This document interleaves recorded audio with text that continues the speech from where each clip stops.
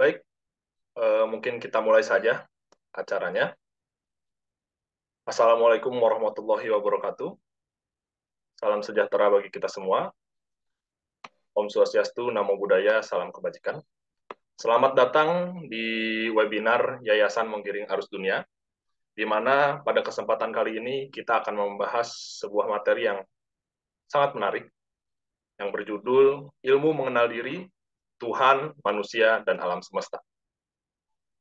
Selama berabad-abad, manusia telah berusaha untuk memahami misteri mendalam yang mengelilingi keberadaan mereka. Pertanyaan tentang sifat diri, alam semesta, dan konsep ketuhanan telah memikat para filsuf, teolog, dan pencari kebenaran lintas budaya dan peradaban. Perjalanan pengetahuan diri dimulai dengan eksplorasi hubungan rumit antara Tuhan, manusia, dan bentangan alam semesta yang luas. Dalam eksplorasi ini, interaksi antara Tuhan, manusia, dan alam semesta membentuk hubungan trinitas yang dinamis.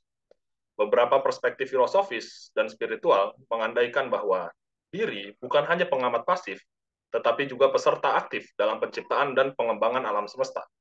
Dengan memahami diri kita sendiri, hubungan kita dengan ilahi, dan tempat kita di dunia ini, kita dapat mengungkap wawasan mendalam yang memupuk pertumbuhan pribadi, pencerahan intelektual, dan rasa harmoni dengan dunia di sekitar kita. Dalam perjalanan pengenalan diri ini, kita menyelidiki misteri yang terletak di persimpangan Tuhan, manusia, dan alam semesta. Dengan memeriksa perspektif agama, filosofis, dan ilmiah, kita memulai pencarian untuk memahami sifat keberadaan kita, memahami besarnya dunia, dan merenungkan keberadaan kekuatan yang lebih tinggi. Melalui penjelajahan ini, semoga kita dapat mengungkap pemahaman yang lebih tentang diri kita dan tempat kita dalam permadani agung keberadaan.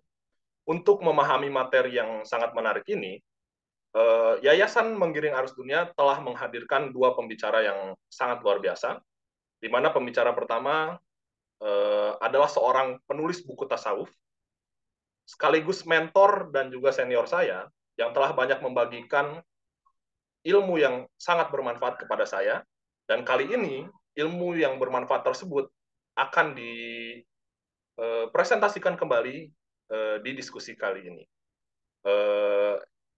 Mungkin untuk mengefektifkan waktu, langsung saja kita sambut pemateri pertama kita, Mas Labib Syarif.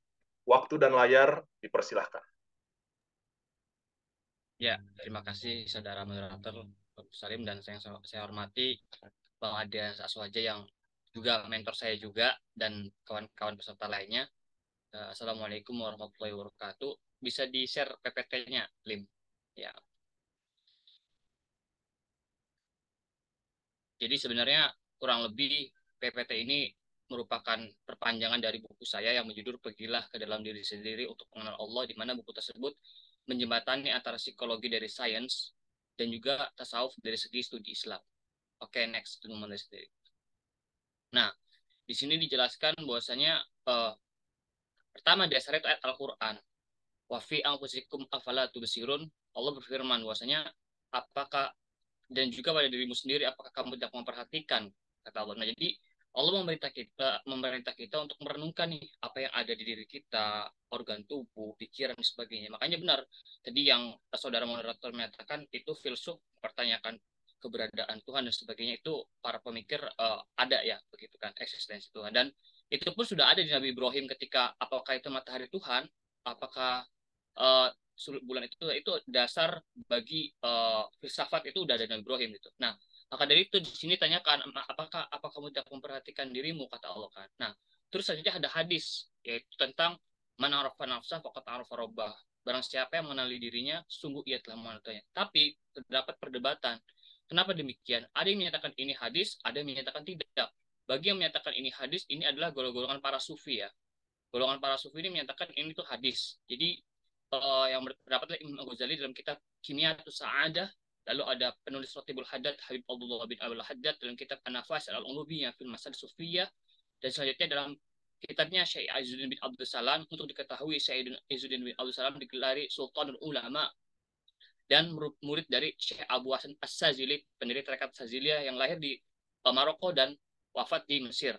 dalam kitabnya Khulasat Tasawuf wa Musab al-Rumus. Nah, selanjutnya itulah ya. Itu judul kitab. Jadi 3 kitab ini menyatakan mana arafa nafsa faqat arafa rabbah adalah pernyataannya Nabi Muhammad, para waliullah ya. Tetapi bagi para positivis ya, kalau bukan HI ya, ataupun para yang metode ini ya, para ahli hadis yang merunut sanad an sampai ke riwayatnya, oh ini bukan, kata para ahli hadis, ini bukan hadis. Ini pernyataan seorang sufi yang namanya Syekh Yahya bin Muaz Ar-Razi, tapi esensinya benar. Karena barang siapa yang udah mengenali dirinya secara hakikat, maka dia pasti mengenal Tuhannya. Ini dikutip dari kitab Jabarut Tasawuf al-Arbila al-Zahid wal Waiz Yahya bin Muaz Ar-Razi. Jadi bagi para ahli ini adalah pernyataan seorang sufi satu angkatan dengan Syekh Junaid Al-Baghdadi, salah satu tokoh tasawuf dalam Al-Sunnah wal Jamaah. Jadi intinya, baik para sufi, kita tidak boleh menyatakan ini juga bukan hadis, karena ini para sufi, para waliullah ini mengatakan hadis. Bagi para tasawuf, ketika hati itu bersih, maka dia bisa bertemu Rasulullah secara sadar, ya kozo. Jadi mana arfanasa fakat arfullah, para sufi ini melihatnya mereka bertemu langsung, makanya nggak ada riwayat hadis riwayat siapa, itu para klaim sufi. Tapi juga bagi para ahli hadis ini bukan. Nah, jadi intinya siapa aja yang menyatakan ini sama-sama orang ahli ilmu semua, yang hadis maupun yang sufi. Oke, next. Nah, selanjutnya ini adalah akidah Islam tauhid ya. Karena langsung aja to the point ya, tentang ketuhanan ya, teosofi ya, teologi ya, tentang ketuhanan. Nah, di sini saya merujuk ke Syekh Ali Jumu'ah, yaitu seorang ulama sufi, ulama syariat, dan ulama akidah juga tauhid dari apa namanya, Al-Azhar Kairo Mesir, yang menyatakan dalam ayat Quran ini dasarnya adalah wa ma arsalnaka, intinya, dan kami tidak mengutus seorang rasul pun. Jadi di zaman Nabi Muhammad, dari nama Nabi Adam hingga Nabi Muhammad itu, intinya Allah memerintahkan menyembah kepadanya. Maka intinya adalah agama tauhid, dan Islam adalah agama penutup dari semua para nabi sebelumnya dan yang ditulis oleh Rasulullah. Jadi itulah esensinya Al-Quran diturunkan, intinya untuk mengesahkan Allah. Lalu juga ada dalam Quran surat Az-Zariyat yang biasa dengar adalah wa ma khalaqtul jinna wal insa illa liya'budun, dan tidaklah ciptakan jin dan manusia kecuali untuk menyembah kepadaku. Bagi para sufi, kecuali untuk mengenalku.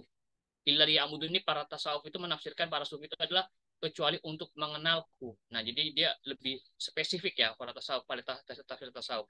Selanjutnya adalah fa'lam annahu la ilaha illallah, dan ketahuilah bahwa tidak ada semua selain Allah.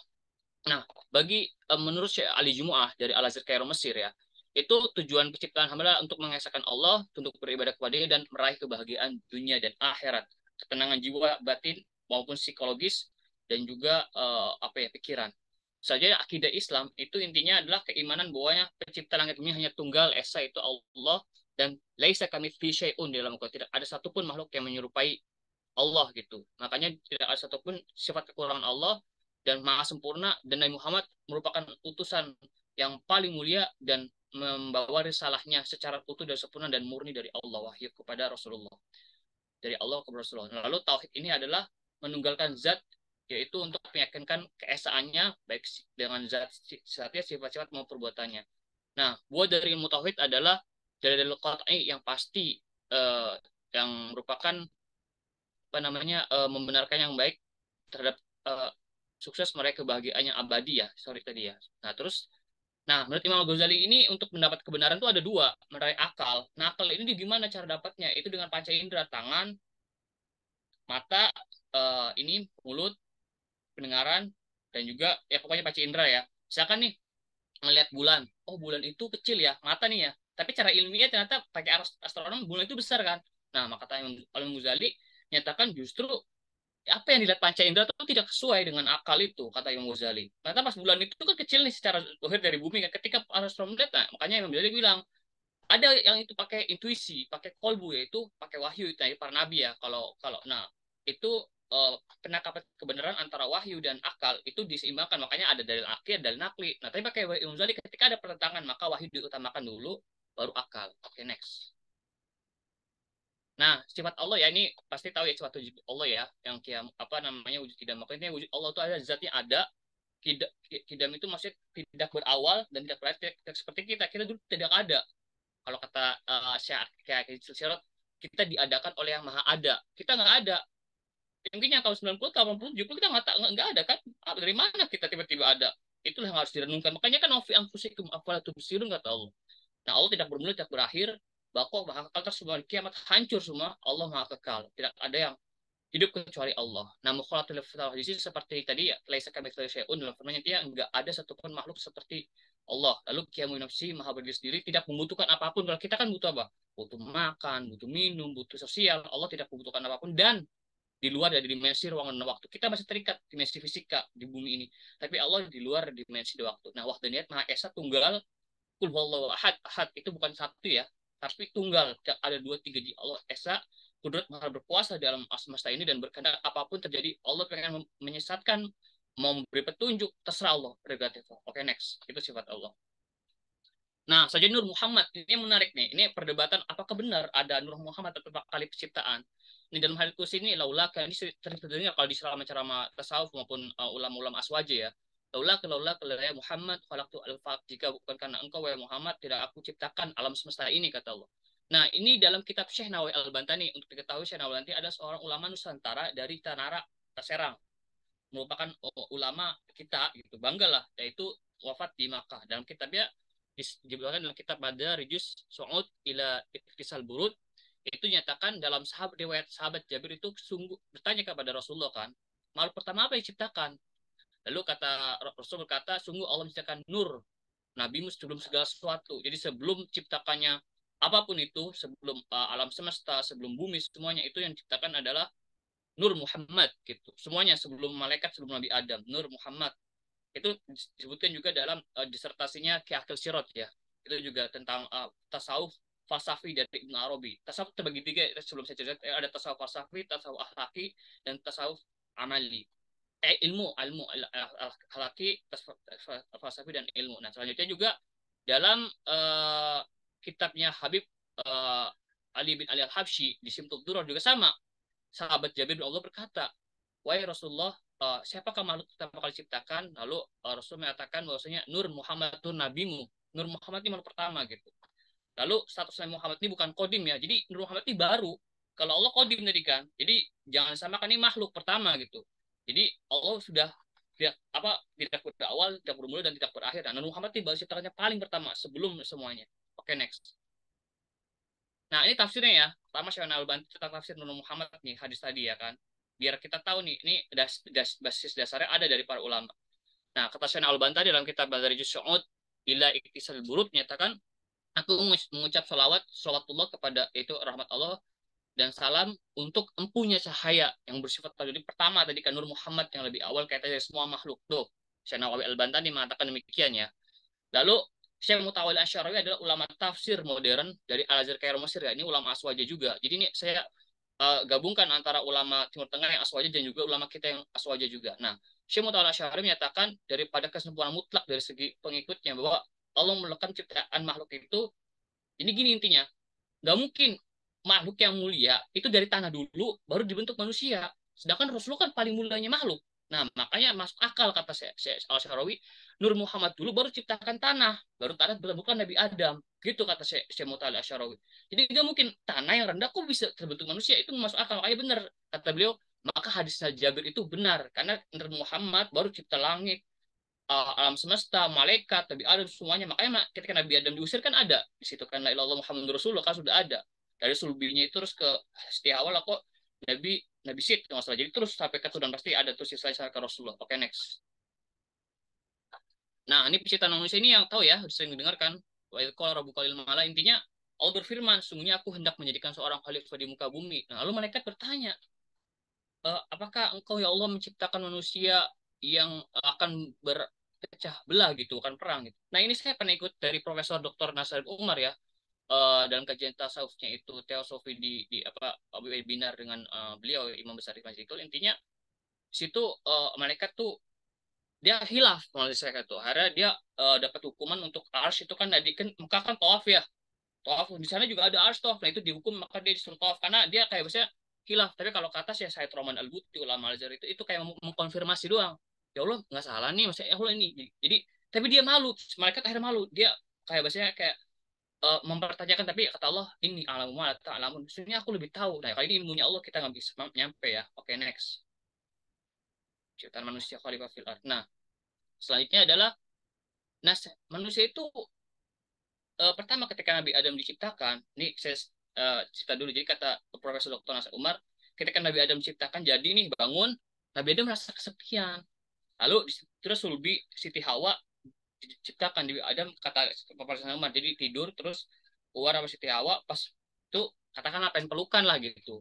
Nah ternyata kata kata mereka nanti dulu katanya. Akhirnya disitulah ijab kabul nikah di situ di surga itu. Jadi intinya makanya benar kan katanya perempuan dari tulang sulbinya laki-laki di situ kata para Rasulullah Umar, intinya lalu Nabi Adam dan Siti Hawa diciptakan kan tanpa ayah dan tanpa ibu.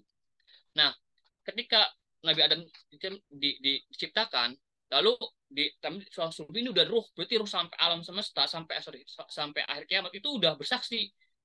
Alastu birabbikum, kata Allah di surat Al-A'raf. Apakah aku bukan Tuhan kalian? Jadi semua ruh nih dari zaman Nabi Adam, Ibrahim sampai peradaban Barat semuanya, maupun Islam maupun semuanya itu udah tuh bersaksi.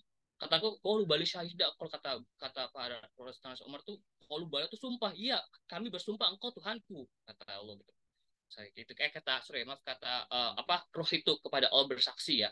Jadi kata Allah gitu terus kemuliaan manusia ini nih sering jadi manusia itu mulia ya apapun ya, makanya gini kalau ada yang bilang jika engkau tidak mempunyai alasan beragama maka dialah manusia itu menjadi alasan untuk apa sayang terhadap sama gitu kan, sering tuh para ulama aswaji ulama moderat ini walaqad karomna bani Adam, ini dalilnya, dan sungguh kami telah memuliakan anak cucu Adam. Kenapa? Mempunyai kelebihan. Kalau di Latin laqad khalaqnal insana fi ahsani taqwim.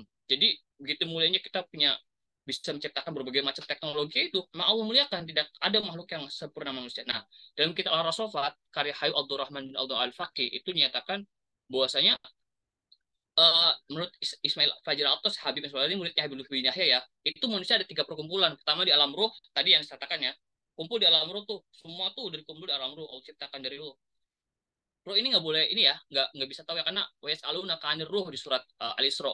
Dan kalian wahai dan jadi ada yang nanya ke Rasulullah dan kalian menanya tentang ruh, kulli ruhu min amri rabbikum, ruh itu tentang Rabbi. Jadi hanya sedikit para ahli tafsir pun nggak tahu soal ruh tuh. Itu sangat ruh kita tuh terus saya jelaskan ya next center soal soal diri kita. Ini kan emang kalian memperkenal diri sendiri kan. Yang kedua wukuf di Arafah ya, nanti pas di mana haji ya. Jadi di alam roh kumpul, di alam dunia itu wukuf di Arafah, nanti di akhirat apa? Mahsyar. Jadi ada 3 perkumpulan manusia. Ini menurut Habib Ismail Fajrato dalam kitab Al-Rasofat ditulis Abdurrahman. Oke, next, Lim. Nah, ini dia nih, ini agak rumit ya. Jadi sebenarnya ada kitab Kimia Sadek kata Imam Ghazali, manusia terdiri dari 2 kalau di Imam Ghazali. Jadi saya mengelaborasikan dari berbagai pandangan para filsuf ya, terkait apa di dalam diri manusia, termasuk psikologi, sains ini saya coba mengelaborasikan. Uh, Intinya manusia terdiri dari ruh, jasad, dan jiwa. Nah, ruh ini dari Allah kan ditiupkan. Jadi ketika di bulan keempat itu, di janin, itu roh ketemu jasad. Jasad kan dari materi ya, dari tanah. Makanya kan kubur ke tanah kan. Lalu ketika roh sama jasad itu ketemu saat di alam rahim itu, nah itu akhirnya muncullah jiwa, nafas. Nah, jadi saya analogikan. Jadi kalau software itu adalah roh, hardware itu adalah jasad. Usernya misalkan mau dipakai buat game, mau dipakai buat arsitek, mau dipakai buat apa kerjaan apa gitu kan, misalkan IT, kerjaan akuntansi. Nah, itu adalah usernya, jiwa. Jadi apakah jiwa ini mau diisi dengan bersih atau kotor? Nah, itulah ketemu ruh sama jasad ketemu. Ini agak dalam saya memang. Ini saya nggak pernah cerita ini. Ini saya dari baca-baca kitab nih. Terus, nah dalam pertemuan jiwa itu ada kolbu. Kolbu itu berdimensi rohani. Itu di bawah ini ya, di bawah dari sebelah kiri ini bisa kalau orang tarekat zikir la ilah, kalau di tarekat apa ya, ini kan dalam tarekat Qadiriyah Sabani Abanam la ilaha il, jadi biar menghancurkan mentahkan kan setan ini waswas di sini, jadi illallah, jadi Allah ini menghancurkan ini apa membakar sifat-sifat hewani, dan jadi kalau di sini sifatnya rohani karena di dimensi roh ini. Nah tapi juga ada akal di sini nih, organ otak, makanya kalau gangguan jiwa di sini. Nah, terus ada nafsu ini nafsu buruk ya. Jadi ayat beda nafas jiwa sama nafsu lawama yang buruk. Itu ke materi. Jadi jiwa ini bisa bergerak kalau dia ke kolbu dia akan bersemangat untuk ibadah karena dimensinya ruh dari langit, dari Allah. Tapi ketika ke materi, ke jasad, dia lebih kecenderung ke sifat hewan, serakah, rakus, pelit. Itu sifat-sifat hewan itu. Nah, kata yang Ghazali dalam Kimia Tasada, kolbu itu raja. Raja jadi memerintahkan di sini. Makanya sering ada perdebatan batin, pasti teman-teman ada. Itu yang mau ceritakan perdebatan batin. Nah, akal itu benar-benar diskusi bisa kata kolbu, wah ini perbuatan nggak bagus jika di hati kan bersih misalnya, hati bersih. Kata akal, iya juga sih dia pertimbangkan. Terus kalau misalkan, oke, lakukan misalnya, simpel aja, saya mau ke toilet misalkan gitu. Akhirnya tangan kaki gerak semua, jadi jasad itu ada tentara eksekutor gitu kata kata Imam Ghazali. Jadi kalau kolbunya bersih, makanya saya bilang lanjut ke poin tiga, kalau kolbunya bersih otomatis akal juga bersih, akhirnya akhlaknya baik kayak gitu, itu otomatis. Tapi kalau kolbunya kotor otomatis ininya juga eh kotor juga, akhirnya perilaku tercela. Jadi makanya kunci di sini, maka kenapa Pak kolbu ini penting, karena ini dimensi rohani ke apa untuk apa ruh itu tadi kan. Nah, ruh ini nggak bisa dibahas, tapi kalau kolbu bisa dibahas. Itu ada beberapa lapisan juga kolbu. Nah, oleh itu untuk membersihkan kolbu dengan tazkiyatun nafas. Next, Lin. Nah, lintasan hati khawatir. Khawatir ini bukan khawatir ya. Khawatir itu lintas hati kayak pasti teman-teman ngerasain nih, saudara-saudara semua, saudari semua juga ngerasain tiba-tiba ada pikiran buruk, ada bisikan baik. Kok itu memang begitu. Jadi kan ya muqallibal qulub kan, ya wahai Allah yang membolak-balikan hati. Jadi hati itu banyak lintasan. Nah, ada pertama nih kata Habib Umar bin Salim bin Hafid, itu ada khawatir ilahi rabbani. Ini tuh lintasan hati yang kuat. Jadi gak kuat nih apa masnya, semangat ibadah tinggi, berbaik buat, jadi pengennya duha misalnya, pengennya bersedekah, berbuat baik itu dari Allah, itu sampai nafsu tuh nggak kuat, nafsu buruk tuh dia kalah. Itu karena kekuatan Allah sangat, cahayanya nur kuat, itu bisikan dari hati, dari Allah langsung. Jadi gairahnya tuh kuatnya nafsu mutmainah ya, kalau di dalam itu kayak itu nafsu mutmainah ini hebat nih, ini kalau udah ini kalah semua tuh, hancur semua tuh apa kotoran-kotoran penyakit hati. Nah itu ilahi robina. Yang kedua khotir malaki ini tentram tenang ini dengan kuat pakai zikrullah, dengan makin zikrullah maka dia akan tenang. Nah, tapi menurut Ki Hakil Sirot itu menyatakan khawatir malak itu bukan hanya ini. Contoh, teman-teman tahu kan kenapa orang bisa membuat musik kok begitu indah ya? Ini musik yang maksudnya instrumen kayak orkestra, bukan yang haram ya. Kan pasti perdebatan dalam fikih ini, tasawuf fikih kadang memang ada perdebatan.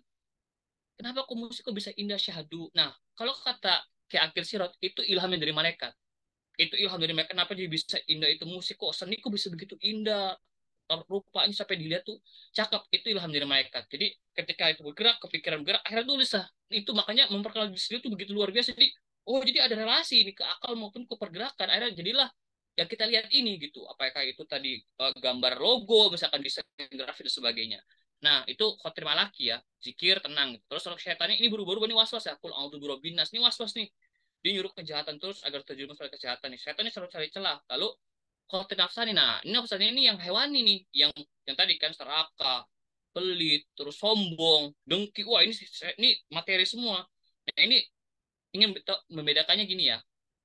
Kalau nafsani itu polanya kelihatan, berulang terus. Misalnya gini, misalkan maksiat A misalkan, terus nih, terus akhirnya lama-lama kan kata Rasulullah kan kalau dosa itu tertutup kan hati kan tertutup ya, bisa terus kan. Nah khawatir setani itu dia akan cari celah. Wah, di polanya nih dia nafsu apa, dia nafsunya di maksiat A nih. Setan tuh memperkuat itu. Makanya kenapa sih kan di bulan Ramadan kok bisa ya? Katanya setan di penjara, tapi kok masih ada orang maksiat itu karena nafsunya, bukan setannya. Setan tuh cari celah. Jadi ketika nafsu, maksiat ini jalan terus nih, karena nafsu hewani tadi, dia masuk memperkuat biar maksiat manusia tetap dalam jurang maksiat tersebut. Makanya kan bilang Rasul bilang persempitlah dengan puasa, karena setan tuh melalui aliran darah. Makanya orang yang jaga makan, puasa itu rata-rata bisa mengontrol diri karena dia udah bisa mengontrol setan sama nafsanya gitu ya. Jadi internet makin tinggi. Nah, terus cara membedakannya gimana sih? Apa namanya? Mas gitu kan antara khotir buruk. Nah, ini kata Habib dari Yaman, saya ikut webinar juga. Kalau khotir itu lintasan hati itu bertentangan dengan syariat, itu berarti buruk. Jadi kalau nggak sesuai syariat yang diajarkan umat fikih, wah, misalkan nih, kalau khotir bisikan begini, tapi sesuai nggak, misal Al-Quran ini kan melarang A, iya nggak sesuai berarti buruk, tapi oh iya sesuai nih bersedekah nih, wah itu berarti benar, bisikan hatinya gitu. Jadi cara cara bertanya gitu. Yang kedua, kalau nafsu tuh misalnya gini, memanjakan nafsu, apa namanya, contoh melakukan A nih, senang banget nafsu terus terusan, nah itu berarti nggak benar tuh bisikan. Tapi kalau ibadah nih, oh berat banget, nah itu berarti nafsu buruk tuh, itu berarti lintasan buruk. Jadi kalau melawan hawa nafsu khotirnya berarti itu benar, tapi kalau mengikuti nafsu itu khotirnya bisikan dari yang jelek ya. Oke, next. Nah, ini tazkiyatun nafis ya. Sebenarnya untuk mempelajari itu perlu tasawuf ya, ulama mursyid yang memiliki sanad.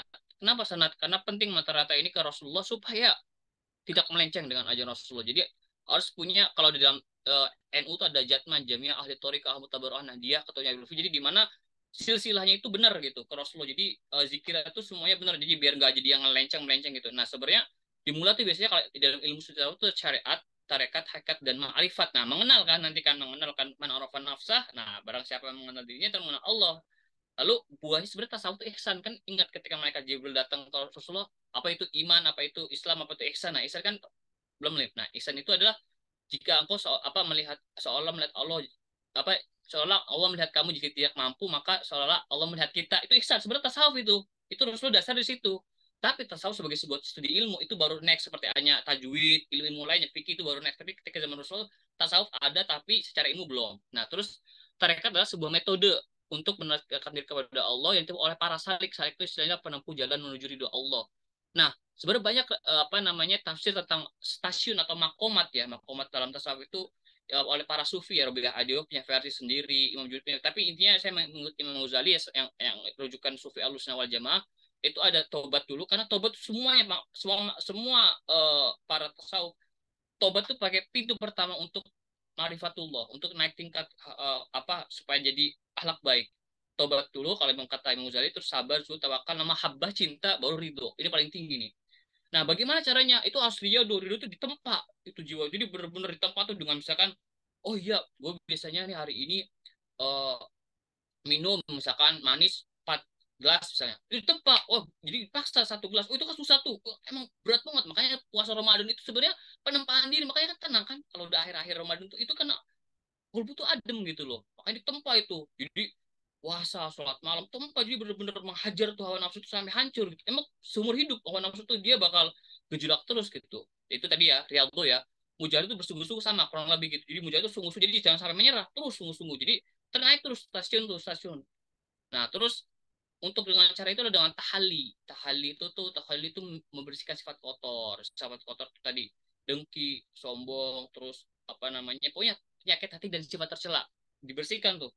Lalu tahalli itu memperbaiki dengan wirid, zikir, sholawat, terus berbuat baik terhadap sesama, diperbaiki. Nah, kalau tahalli udah dilakukan, tahalli menghias diri udah dilakukan, maka nanti nur, cahaya Allah masuk ke kolbu. Ini kalau cahaya kolbu ini dibimbing langsung sama Allah. Sebenarnya hati saya bisa kontak, cuma kita kebanyakan dosa aja gitu. Ya makanya perlu mursyid ya, kan mereka udah merata marifati bila ya, itu para mursyid yang kayak Aba Anom ya, karena saya pernah ke Aba Anom langsung ketemu langsung beliau tahun 2010. Jadi itu juga mursyid yang benar itu. Jadi yang mursyid itu harus tahu fikih dulu, syariat dan tasawuf seimbang. Nah, terus ada ahwal. Itu bicara suasana batin kadang kan ini. Kalau kata Harun Nasution dalam bukunya Islam ditinjau berbagai aspek tuh, yang Profesor Auditorium UIN, itu awal itu adalah emosi kalau psikologi ya, bisa sedih, senang, bahagia, marah, tenang. Nah, itu itu semuanya adalah gejolak-gejolak di perasaan ya. Itu kalau dalam dunia tasawuf itu ketika stasiun atau makomat riyadhah itu, maka nanti akan tenang, habis zikir tenang. Nah, itu tuh ahwal kondisi batin. Oh ya tenang ya. Ada masalah di jalan sampai santai aja nih. Padahal kalau orang, wih gila tuh kan masalah berat tuh kuat. Itu karena udah hati tuh udah tentrem gitu. Nah, cuman kata Profesor Lukman Hakim yang pesantren tasawuf di apa namanya Caringin itu menyatakan ada al-qabid al-basit. Ini sebenarnya sifat Allah dari Asmaul Husna. Al-qabid itu sesak, sempit. Ini kalau orang udah mengikuti tarekat akan tahu maksudnya. Jadi ini bukan teori ya, sebenarnya harus dilakukan, rasain sendiri, karena zauq rasa nih, bukan sebenarnya katanya sudah dilakukan sendiri. Ini hanya sekedar knowledge aja ya. Itu sesak tuh gini, Allah itu kan maha perkasa, maha hari pembahasan. Oh jadi saking takutnya, iya saking takutnya itu sepi gitu. Lalu albas itu lapang, tenang gitu. Nah khauf itu takut, siksa gitu. Lalu mahabbah kayak sayang Allah, lalu roja berharap, lalu mahabbah. Jadi terus tiga itu harus berkesinambungan. Next.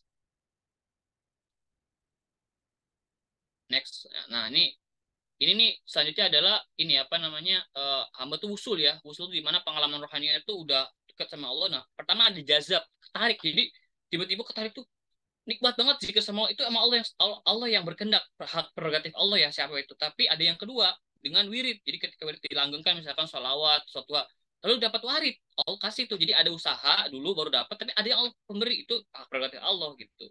Nah, selanjutnya adalah ada basyiroh, mata hati yang kada bersih, lalu mukasyafah terbuka tuh. Ayatnya apa? Fakashafna angkal gitu, afawasukaraw hadid asrat qaf. Jadi tersikap tuh apa hal di alam materi, misalkan oh iya ini tuh sebab akibat tuh sebenarnya hanya syariat, hakikatnya Allah. Nah, kayak misalkan jauh jatuh Allah. Nah, itu terbuka tuh karena hati udah bersih tuh. Musyahadah tuh seolah Allah Allah ada gitu ya. Bukan berarti kita nggak boleh mikir zatnya ya, karena para para alusional bilang, "Wah, jangan memikir zatnya wama akfaru bizatillah, tapi pikirlah penciptaan Allah, misalkan alam semesta, gunung, nah itu ya." Jadi gitu intinya, Allah tuh menciptakan semuanya. Next, musyahadah itu.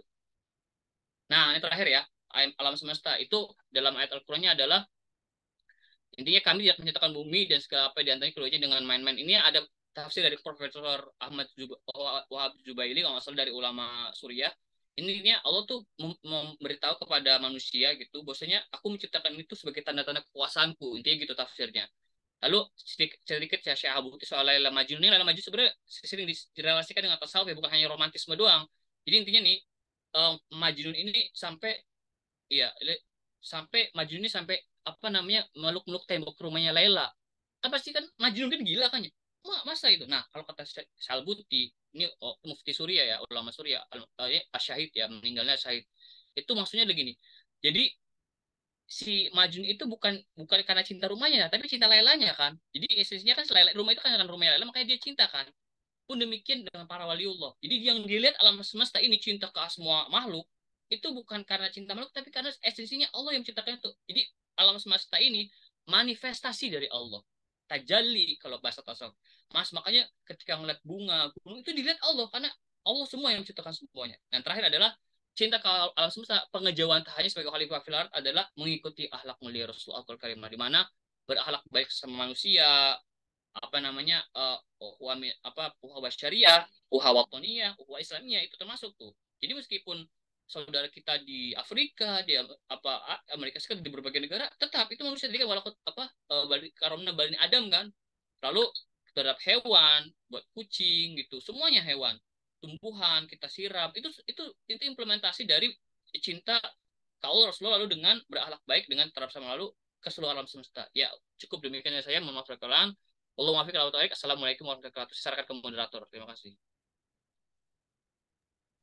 Ya, baik. Terima kasih banyak atas pemaparannya, Mas Habib. Tadi kita telah mendapat banyak ilmu ya, mulai dari pembahasan tentang Nur Muhammad, di mana tadi dijelaskan bahwasannya eh, kalau bukan karena Nabi Muhammad, Allah tidak akan menciptakan dunia ini. Itu bisa kita lihat tentang hubungan dari ketuhanan, keilahian dengan penciptaan dunia, dan juga tentang bagaimana manusia diciptakan sebagai khalifah fil ard, hubungan antara manusia dengan alam dan juga keilahian. Mungkin yang menarik tadi adalah statement dari Imam Al-Ghazali, yang mana panca indera kita ini bisa menipu kita, bisa menipu kita dari pemahaman kita terhadap keilahian dan juga dunia dan juga alam semesta. Maka dari itu yang pasti itu adalah dari wahyu, untuk memahami tentang diri kita, tentang dunia, dan juga tentang ketuhanan. Terima kasih Bang Labib atas pemaparannya. Mungkin langsung saja kita lanjut ke pembicara kedua, yang mana pembicara ini sangat luar biasa. Beliau adalah Ketua Yayasan Menggiring Arus Dunia, dan juga seorang tokoh spiritual muda, dengan banyak sekali ilmu yang akan sangat bermanfaat di diskusi kali ini. Kita sambut Bang Adriansa Aswaja. Waktu dan layar dipersilahkan. Assalamualaikum warahmatullahi wabarakatuh. Kedengeran, Lim? Suaranya, Lim? Kedengeran, Bang? Oke, terima kasih moderator, sahabat Salim. Dan terima kasih juga untuk Labib, ahli tasawuf kita nih, sufi muda. Baik, kita akan di sini saya tidak, karena tadi sudah dijelaskan secara tasawuf ya, teoritis tasawuf gitu. Jadi saya tidak akan ke sana lagi. Tadi saya rasa Labib sudah cukup jelas gitu. Nah, di sini saya mau lihat dari sudut pandang mungkin ke sains dan beberapa pengamatan-pengamatan saya ya, di dunia spiritual, tasawuf, mungkin spiritualitas lain ya, Hindu, Buddha, itu sudah beberapa kali yang saya pelajari dan juga dialog juga. Nah, di situ jadi ada beberapa kesimpulan-kesimpulan yang saya tulis di makalah. Mungkin tidak bisa saya share ya, saya takut diplagiat. Nah, jadi saya juga belajar tentang teori fisika. Sebenarnya fisika ini adalah suatu pelajaran yang paling saya tidak suka ya waktu di sekolah ya. Ini di sini ada teman SMA saya, tahu sendiri, saya kurang suka pelajaran-pelajaran IPA. Tapi beberapa bulan ini, beberapa bulan belakangan, saya tuh mulai belajar fisika lagi, teori-teori fisika untuk memahami diri kita. Gitu. Nah, kalau dulu kan kita mau pelajari fisika kan biar dapat nilai, biar dapat rapotnya tidak merah. Tapi kalau sekarang mungkin lebih untuk memahami diri. Nah, jadi kalau kita ketahui bahwa dalam diri manusia ini memiliki banyak unsur. Kalau kita tahu, misalnya ketika abad ke-18 itu ada Newton yang melihat segala sesuatu itu bendanya, seperti hukum gravitasi kan. Kalau kita lihat bagaimana apel jatuh dan segala macamnya jatuh itu ada hukum gravitasi. Jadi fisika itu hanya melihat sesuatu yang nampak di penglihatan kita. Atau kalau kita katanya Auguste Comte itu positivisme. Jadi ada apa yang kita lihat, apa yang kita dengar, apa yang kita cium gitu, dan rasakan dengan kulit. Nah, itu disebut dengan bisa dianalisis dengan fisika. Kemudian ketika abad ke-19 muncul teori fisika kuantum. Salah satunya ada Albert Einstein ya, dan tokoh-tokoh lainnya. Jadi melihat bahwa benda atau kita manusia dan makhluk-makhluk lainnya ini itu bukan hanya sekedar penampakan yang di luar ini, tapi ada juga yang tidak terlihat di dalamnya. Jadi kita ada unsur yang terlihat, ada unsur yang tidak terlihat. Kalau tadi kan Nabi bilang ada ruh kan, ya. Ada kolbu ya, sifatnya ruhani tadi. Nah fisika kuantum itu mulai meriset ke sana gitu, bahwa ada nih sesuatu yang tidak terlihat. Dan sifatnya apa? Sifatnya energi atau vibrasi. Nah, kalau kita tahu misalnya di dalam diri manusia atau binatang, hewan, benda, itu ada unsur yang pertama kan ada unsur benda, yang kedua ada unsur atom. Jadi ada unsur-unsur yang terkecil gitu ya. Entah itu karbon dioksida, gitu, segala macamnya itulah. Mungkin sahabat-sahabat tahu.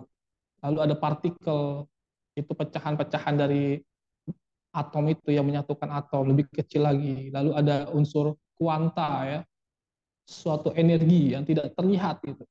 Nah, kemudian ada namanya energi, ada vibrasi, ada suatu getaran. Jadi kalau kita misalnya lihat ada botol, mana tadi botol? Ini botol, itu kan ada isinya,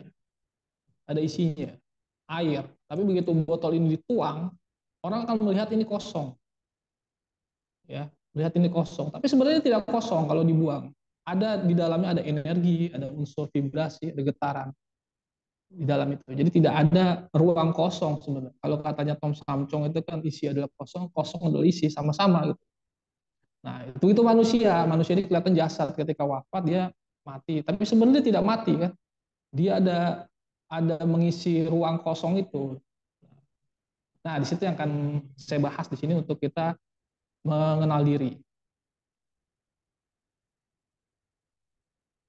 Nah, kalau kita ketahui bahwa dalam diri manusia itu ada namanya nasib. Kita kan sudah melihat bahwa nasib ini bisa diubah, kecuali takdir ya. Takdir tidak bisa diubah, tapi nasib ini bisa dirubah. Ya kan? Innallaha yughayyiru biqaumin hatta yughayyiru bi min anfusihim. Jadi Allah tidak akan merubah nasib suatu kaum kecuali Dia yang mau merubahnya. Artinya kita harus merubah diri kita dulu untuk mengubah nasib kita. Itu sudah dikatakan di Al-Quran ya. Jadi artinya kita harus mengubah diri kita dulu. Jadi bukan kita mengubah keadaan, bukan mengubah yang di luar kita, tapi kita harus mengubah diri kita dulu, baru maka nasib kita akan berubah. Nah, di sini ada beberapa urutan. Yang pertama nasib. Nasib ini dibentuk oleh yang namanya karakter. Jadi karakter itu menentukan nasib. Seperti itu. Dan karakter itu muncul dari tindakan atau tindakan yang berulang-ulang. Kalau karakter itu kalau dalam ilmu agama itu ya disebut akhlak ya. Disebut akhlak. Kemudian itu dibentuk oleh tindakan yang berulang-ulang, bahkan sudah sampai dilakukan secara kebiasaan. Nah, itu karakter. Kemudian tindakan itu dipengaruhi oleh yang namanya pikiran. Kan tidak mungkin orang bertindak tidak berpikir gitu kan. Ya kalau orang yang bertindak tanpa mikir itu biasanya orang yang sakit jiwa gitu kan. Nah, jadi tindakan itu dipengaruhi oleh pikiran, dan pikiran itu dipengaruhi oleh yang namanya perasaan. Nah, pertanyaannya, perasaan ini terlihat tidak oleh kita? Perasaan itu adalah sesuatu yang tidak terlihat tapi ada. Nah, itulah yang disebut dengan energi atau vibrasi itu, getaran. Jadi perasaan itu suatu getaran yang tidak bisa dilihat oleh mata lahir kita, tapi itu ada. Nah, begitu juga ikhlas, ya kan? Ikhlas itu kan tidak terlihat. Kita sedekah misalnya. Nah, ikhlas atau tidak itu kan tidak terlihat secara lahiriah, tapi itu ada di perasaan itu. Ini ikhlas atau tidak itu semuanya ada di perasaan. Artinya perasaan ini masuk ke wilayah vibrasi. Nah, seperti itu. Nah, vibrasi setiap orang itu berbeda-beda. Ada yang tinggi, ya kan? Jadi ada vibrasi yang tinggi, ada juga vibrasi yang rendah. Jadi setiap orang berbeda-beda. Nah, kebanyakan orang kan mengatakan bahwa religiusitas, beragama itu bisa bisa membuat seseorang sukses atau membuat seseorang itu rezekinya lancar. Tapi banyak juga orang yang sholatnya rajin, ibadahnya rajin, bahkan sedekahnya rajin, tapi nasibnya tidak berubah-berubah. Dia tidak mengalami perubahan. Bahkan mungkin dia bisa juga kaya, tapi ketika kaya nasibnya juga bermasalah. Itu mungkin ada penyakitnya, atau mungkin ada konflik di keluarganya, atau mungkin anaknya bermasalah dan segala macamnya. Jadi hidupnya juga, orang mikir dengan kaya itu bisa mengubah nasibnya itu baik-baik saja, ternyata enggak. Dan ternyata nasib itu kalau kita ingin ya kaya raya, hidup bahagia, itu ya harus kita membenahi vibrasi dalam diri kita itu. Kita harus membenahi perasaan kita. Artinya kalau kita ingin mengubah nasib, maka bukan karakter yang kita rubah, tapi yang harus kita rubah adalah perasaan. Artinya perasaan mempengaruhi pikiran, pikiran mempengaruhi tindakan, tindakan mempengaruhi karakter, dan karakter mempengaruhi nasib. Seperti itu. Jadi kalau kita lihat banyak orang yang di luarnya itu terlihat baik-baik saja, religius, tapi ternyata banyak masalah. Nah, itu berarti kan dia ada suatu permasalahan di rasanya itu. Jadi kalau dikatakan bahwa, kan kalau ada orang-orang barat mengatakan engkau itu tergantung apa yang kamu pikirkan. Nah, ternyata faktanya segala sesuatu itu tergantung apa yang kamu rasakan. Kalau perasaannya positif, maka hasilnya kehidupannya akan positif. Tapi kalau perasaannya selalu negatif, maka hasilnya akan selalu negatif. Nah, seperti itulah. Nah, jadi kalau misalnya ada perasaan negatif, muncul kecemasan, perasaan ingin menyakiti diri sendiri, depresi, dan lain sebagainya. Nah, bagaimana cara kita untuk mempengaruhi vibrasi kita menjadi besar, dan juga kenapa vibrasi kita rendah? Dan ternyata vibrasi ini bukan hanya berdampak pada diri kita, tapi juga berdampak kepada alam semesta di sekitar kita. Kalau kita tahu dalam spiritualitas Jawa, itu ada namanya jagat kecil, jagat gede. Jagat kecil itu adalah diri kita, jagat gede itu adalah alam semesta.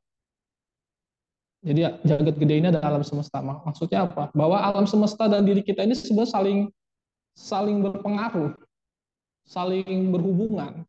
Jadi jangan dikira ketika terjadi sesuatu pada diri kita, sekitar kita, itu tidak ada keterlibatan kita. Makanya kalau di Al-Quran itu kan, kalau di dalam semua agama mungkin ya, dikatakan bahwa yang datang dari Allah itu semuanya kebaikan. Nah, bahkan yang apabila terjadi musibah, keburukan, itu karena ulah dirimu sendiri. Dan bahkan dikatakan tidak akan diberikan ujian melebihi batas kemampuan. Ya karena memang ujian itu ya karena diri kita sendiri. Nah, kesalahan kita adalah sering menyalah-nyalahkan Tuhan gitu kan. Menganggap Tuhan itu menguji kita, menganggap Tuhan itu yang memberikan musibah. Padahal tidak. Ujian itu adalah karena perilaku kita sendiri. Jadi kita harus istighfar lah. Karena kita sudah selama ini berprasangka buruk dengan Tuhan, ya, dengan Allah itu, karena kita sering menganggap bahwa ujian itu dari Allah. Padahal itu ujian itu ya karena kelakuan kita sendiri. Gitu. dan yang bisa menyelesaikan adalah diri kita. Nah, contohnya misalnya atensi. Nah, kalau kita lihat misalnya tadi, kalau ada yang lihat status saya di WA tadi ya, kalau temenan ya, itu ada lagu, ada seorang penyanyi perempuan, ya, dia menyanyikan lagu dengan penghayatan lirik yang sangat luar biasa. Pokoknya bisa dibilang dia nyanyinya bagus lah. Salah satu runner up di ajang pencarian bakat. Dan ternyata apa yang dia nyanyikan itu eh, berefek pada kehidupannya. Ternyata pas saya lihat, saya cek lagi, saya searching ke beberapa artis-artis yang saya kenal, atau saya tahu tentang profil kehidupannya. Jadi rata-rata itu memang apa yang dia nyanyikan itu berdampak kepada ini apa namanya kehidupannya, berdampak kepada kehidupannya. Orang bilang itu kan tidak sengaja, dia kan hanya menyanyikan. Ya kayak kita misalnya menyenggol air kan tidak sengaja, tapi tetap tumpah. Jadi itu berpengaruh di situ. Nah, itu karena apa? Karena ada konsep namanya atensi. Jadi ketika kita sering banyak memberikan atensi atau perhatian pada sesuatu, maka itu perlahan-lahan bisa masuk ke dalam diri kita. Apalagi kalau sudah sampai dihayati dalam perasaan, itu bisa berdampak.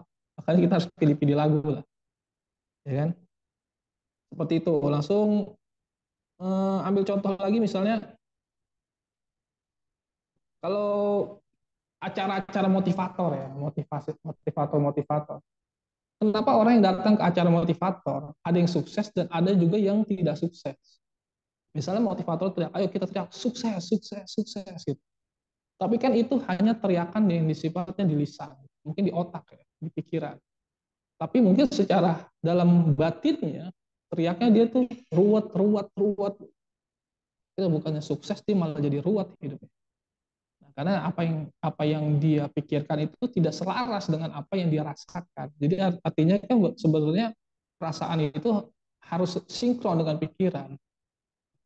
Nah, seperti itu. Makanya kalau orang penyanyi kan harus bayangkan seandainya lagu itu terjadi pada kamu, ya akhirnya ya dia si pikirannya mengatakan ini seolah-olah lagu saya, lalu dihayati oleh perasaan, akhirnya berdampak kepada kehidupannya.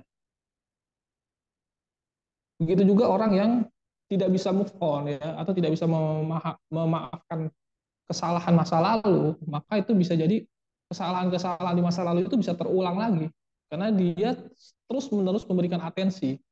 Bisa diomongin dulu tuh pernah terjadi ini. Nah, tidak berapa lama kejadian itu terulang lagi. Karena apa? Karena kita sering memberikan atensi berulang-ulang terhadap masalah di masa lalu. Akhirnya muncullah yang namanya pengulangan itu. Jadi kita harus move on di situ. Nah, ambil contoh lagi, karena segala sesuatu yang kita rasakan ini, yang tadi vibrasi itu keluar loh. Ada energi yang keluar. Vibrasi itu keluar dan energi getaran ini ditangkap oleh getaran alam semesta. Sehingga entah besok cepat, besok lama, itu bisa terjadi pada diri kita. Nah, dulu kan saya kan ketika misalnya saya waktu awal-awal belajar wirid ya, itu jarang baca sholawat. Saya biasanya baca-baca ya zikir-zikir ya la ilaha illallah atau baca-baca dari wirid-wiridan dari Al-Qur'an. Nah, kemudian saya belajar sholawat. Apa untungnya itu bersolawat? Awalnya saya pikir seperti itu. Karena Nabi Muhammad SAW ini sudah menjadi manusia sempurna. Tapi kenapa kita harus bersolawat? Ternyata ketika kita bersolawat, itu kita secara tidak langsung kita memberikan atensi kepada Nabi Muhammad SAW. Jadi kita memberikan atensi. Dan vibrasi dari Rasulullah ini itu tidak hilang walaupun beliau sudah wafat. Ya. Itu vibrasi beliau tuh masih ada di database alam semesta ini. Masih ada di database, masih ada filenya tuh masih ada. Artinya ketika kita banyak bersolawat, maka getaran kita solawat ini akan memberikan atensi kepada vibrasi dari Rasulullah yang tersimpan di alam semesta, sehingga sedikit demi sedikit itu ada sifat-sifat mungkin akhlak dari Rasulullah itu yang masuk. Mungkin yang dulunya emosian, sedikit tersinggung jadi mudah agak sabar, kan? Mungkin tadinya mudah emosi, marah, lebih bisa terkontrol. Itu karena ada atensi kepada Nabi Muhammad SAW. Ntar kita juga belajar misalnya orang melakukan atensi kepada para wali, ya kan, para orang-orang soleh, itu juga bisa terdownload, karena vibrasi orang-orang soleh ini walaupun beliau sudah wafat itu masih tersimpan dalam database alam semesta. Kemudian langsung misalnya contohnya deh, oh jadi terlalu berat nanti. Nah, misalnya orang Cina. Saya pernah tanya sama orang Cina, nih, kenapa orang Cina tuh kaya-kaya? Karena orang Cina itu kan kakeknya kaya, bapaknya kaya, kakeknya kaya, dan mereka selalu menganggap bahwa walaupun kakeknya ini sudah wafat, tapi sebenarnya mereka ini masih hidup. Akhirnya sering memberikan atensi, salah satunya kan dengan pakai hiyo atau segala macam. Dan pikirannya, perasaannya seolah-olah tuh kakeknya tuh masih ada. Dia memberikan atensi. Dan kemudian DNA yang ada di diri dia ini itu aktif. Jadi sebenarnya lebih gampang kita itu mendownload agenda dari leluhur kita dibanding kita mendownload DNA dari wali atau orang-orang soleh. Tapi lebih cepat mungkin kita cari nih leluhur kita yang kaya siapa. Lalu kita berikan atensi terus, kita doakan setiap hari. Maka sedikit demi sedikit DNA dari leluhur kita yang tersimpan dalam file kita gitu ya, atau energi tersimpan dalam DNA kita itu akan lebih cepat muncul. Akan lebih cepat muncul, sehingga orang Cina itu 7 turunan kekayaannya tidak habis-habis karena mereka sering memberikan atensi kepada leluhur mereka. Nah, kita kan tidak, kita terlalu banyak kita itu terlalu banyak mengidolakan orang-orang di luar kita, di luar yang keluarga kita gitu. Akhirnya kita atensinya ke sana. Makanya banyak orang yang akhirnya hartanya, kekayaannya hilang di 7 turunan karena dia turunan ke-7. Ya karena dia sudah bergaul dengan di luar dari 7 turunan itu. Nah, itu atensi itu penting. Nah, atensi itu menyebabkan yang namanya koneksi. Jadi dia keterhubungan. Ambil contoh tadi kalau kata Pak Labib itu ya, kita harus berguru segala macam, harus ulama yang bersanad gitu ya. Nah, itu dulu saya pikir apa sih ilmu itu harus bersanad gitu kan. Dulu saya mikir seperti itu. Kenapa ilmu itu ya kita pelajari saja sendiri. Pernah suatu saat saya mempelajari ilmu seseorang lewat YouTube-nya, lewat bukunya. Tapi saya tidak paham. Saya sulit memahaminya. Tapi akhirnya suatu saat saya ketemu dan tidak ngobrol, hanya duduk saja, hanya duduk. Saya pemuda hijrah. Ketika ketemu di situ terjadi yang namanya koneksi energi, koneksi vibrasi itu ya. Akhirnya tiba-tiba saya paham dari, oh ternyata ini Pak maksud dari teori-teorinya, karena sudah bertemu di situ. Nah, jadi atensi memunculkan yang namanya koneksi. Nah, itu mungkin yang bisa dijelaskan ya. Kemudian ada yang namanya mempengaruhi vibrasi adalah emosi yang intensif. Emosi yang intensif itu seperti misalnya contoh ya, orang yang melaksanakan pesta pernikahan. Dia akan hafal bajunya, cateringnya harganya berapa, mungkin itu siapa teman-temannya yang datang, dia bisa lebih hafal. Tapi mungkin dia bisa lupa kejadian di seminggu yang lalu, 2 minggu yang lalu, dia lupa. Tapi kalau yang itu bisa diingat sampai 10-20 tahun ke depan. Itu ternyata faktornya adalah ada namanya emosi yang intensif. Jadi ketika orang itu senangnya luar biasa, senangnya berlebihan, kemudian ada informasi, dia lebih mudah menangkapnya. Dia lebih mudah menangkap memori itu. Nah, makanya kalau kita lihat misalnya orang, misalnya dia gagal, dia mengalami kegagalan, lalu dia kecewa.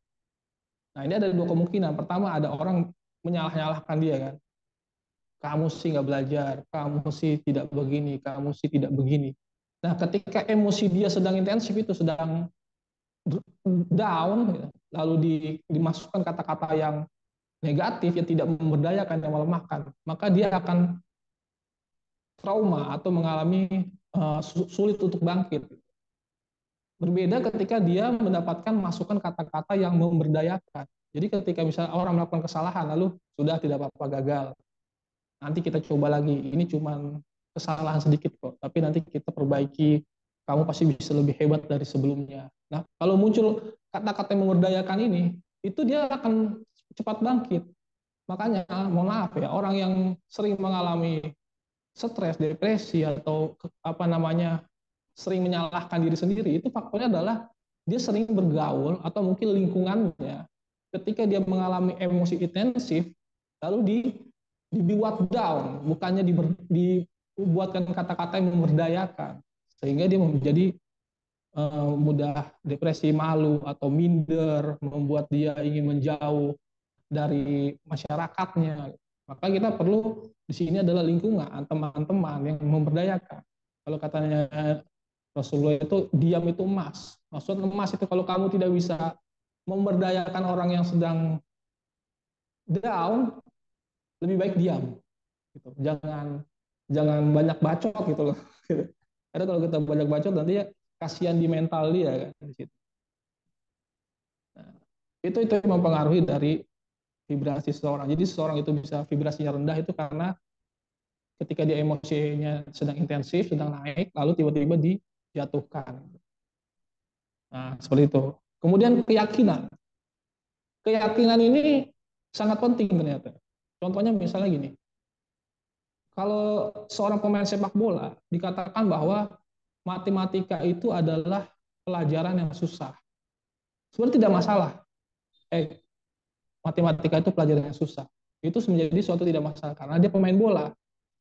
Nah, lain cerita kalau ternyata itu dikatakan pada mahasiswa jurusan ilmu matematika.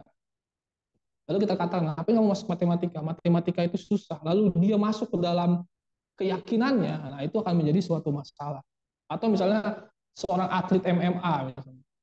Lalu dia ada seorang akuntan dibilang, kalau dipukul itu berbahaya loh, dibanting itu berbahaya loh. Kalau itu diyakini oleh seorang akuntan itu tidak masalah.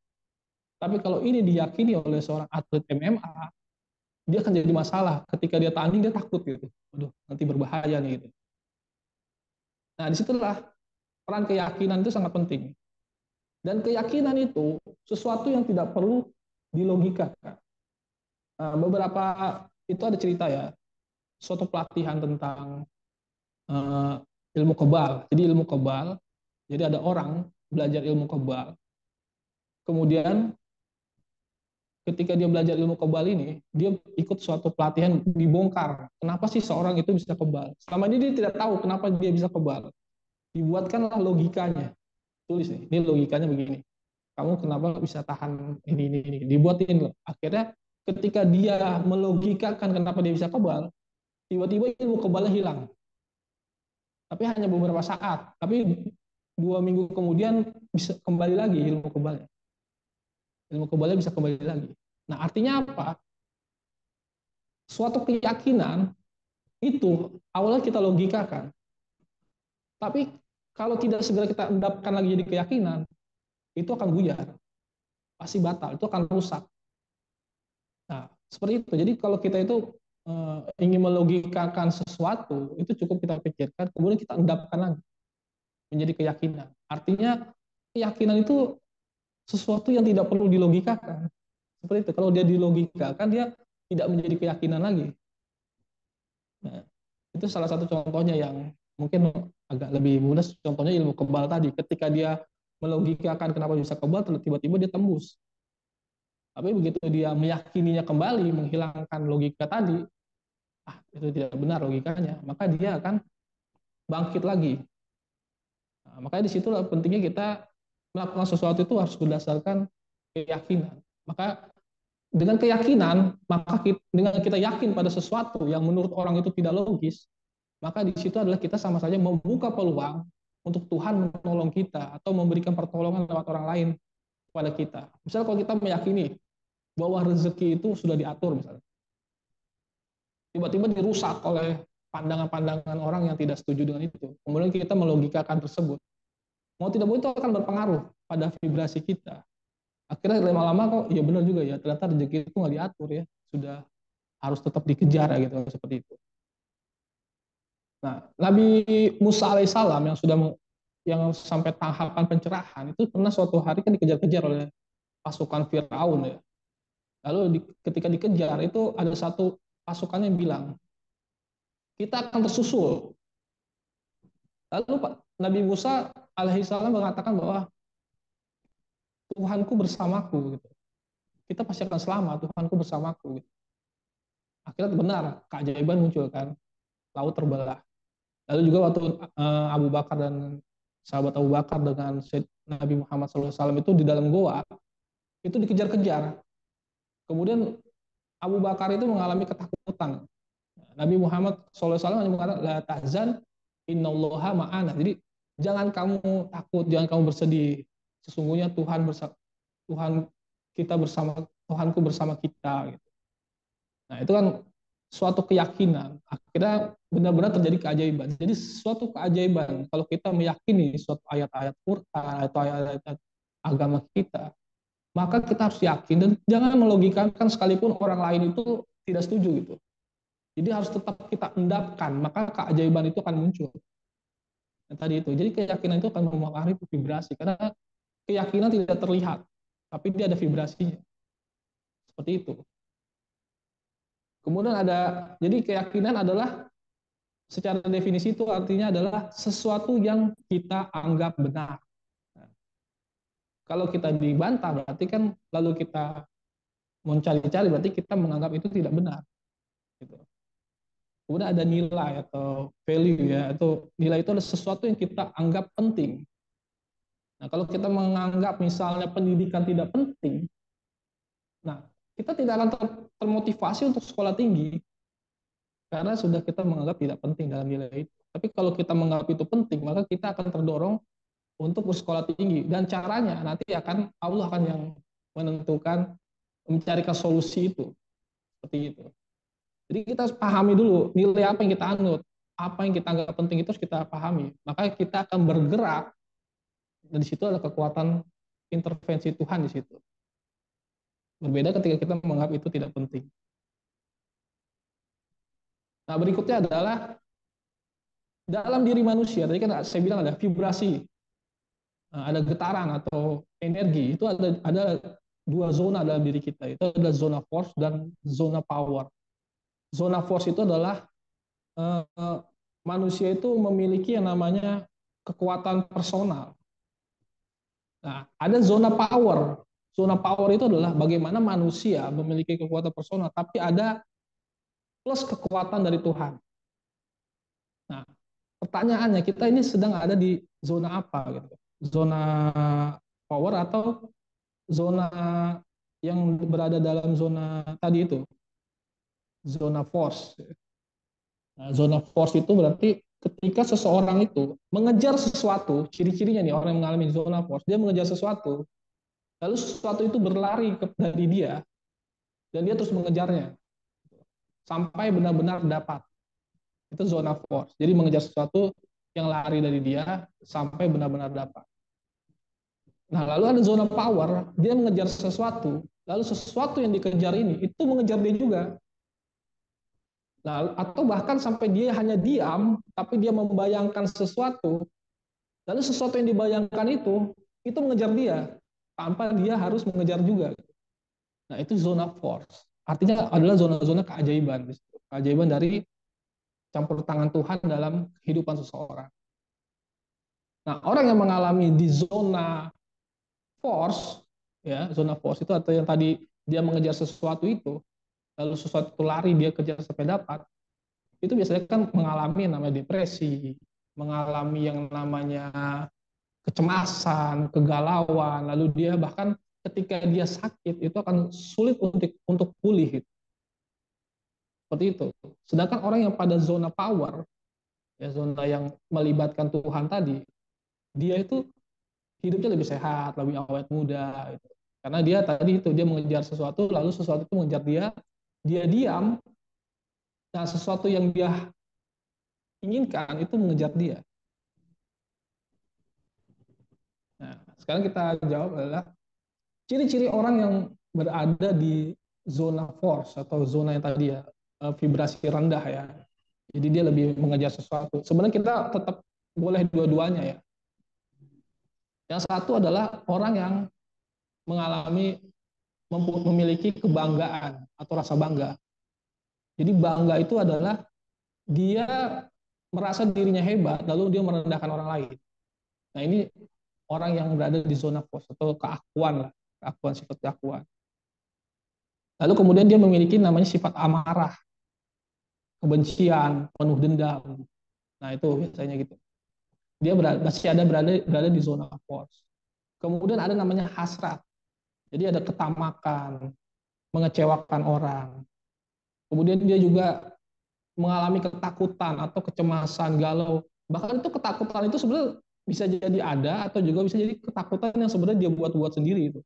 Jadi ketakutan yang dia ciptakan, nanti gini lagi, nanti gini lagi. Padahal dia belum melakukan itu. Dia belum ada di situ, tapi dia sudah membayangkan jeleknya, negatifnya, gitu. Takutan itu. Lalu ada namanya duka cita, penyesalan, ya kan, tragis atau kemurungan, itu duka cita. Itu adalah orang berada vibrasi rendah ya. Kemudian apatis, keterpurukan, tidak punya harapan, pokoknya semuanya jelek.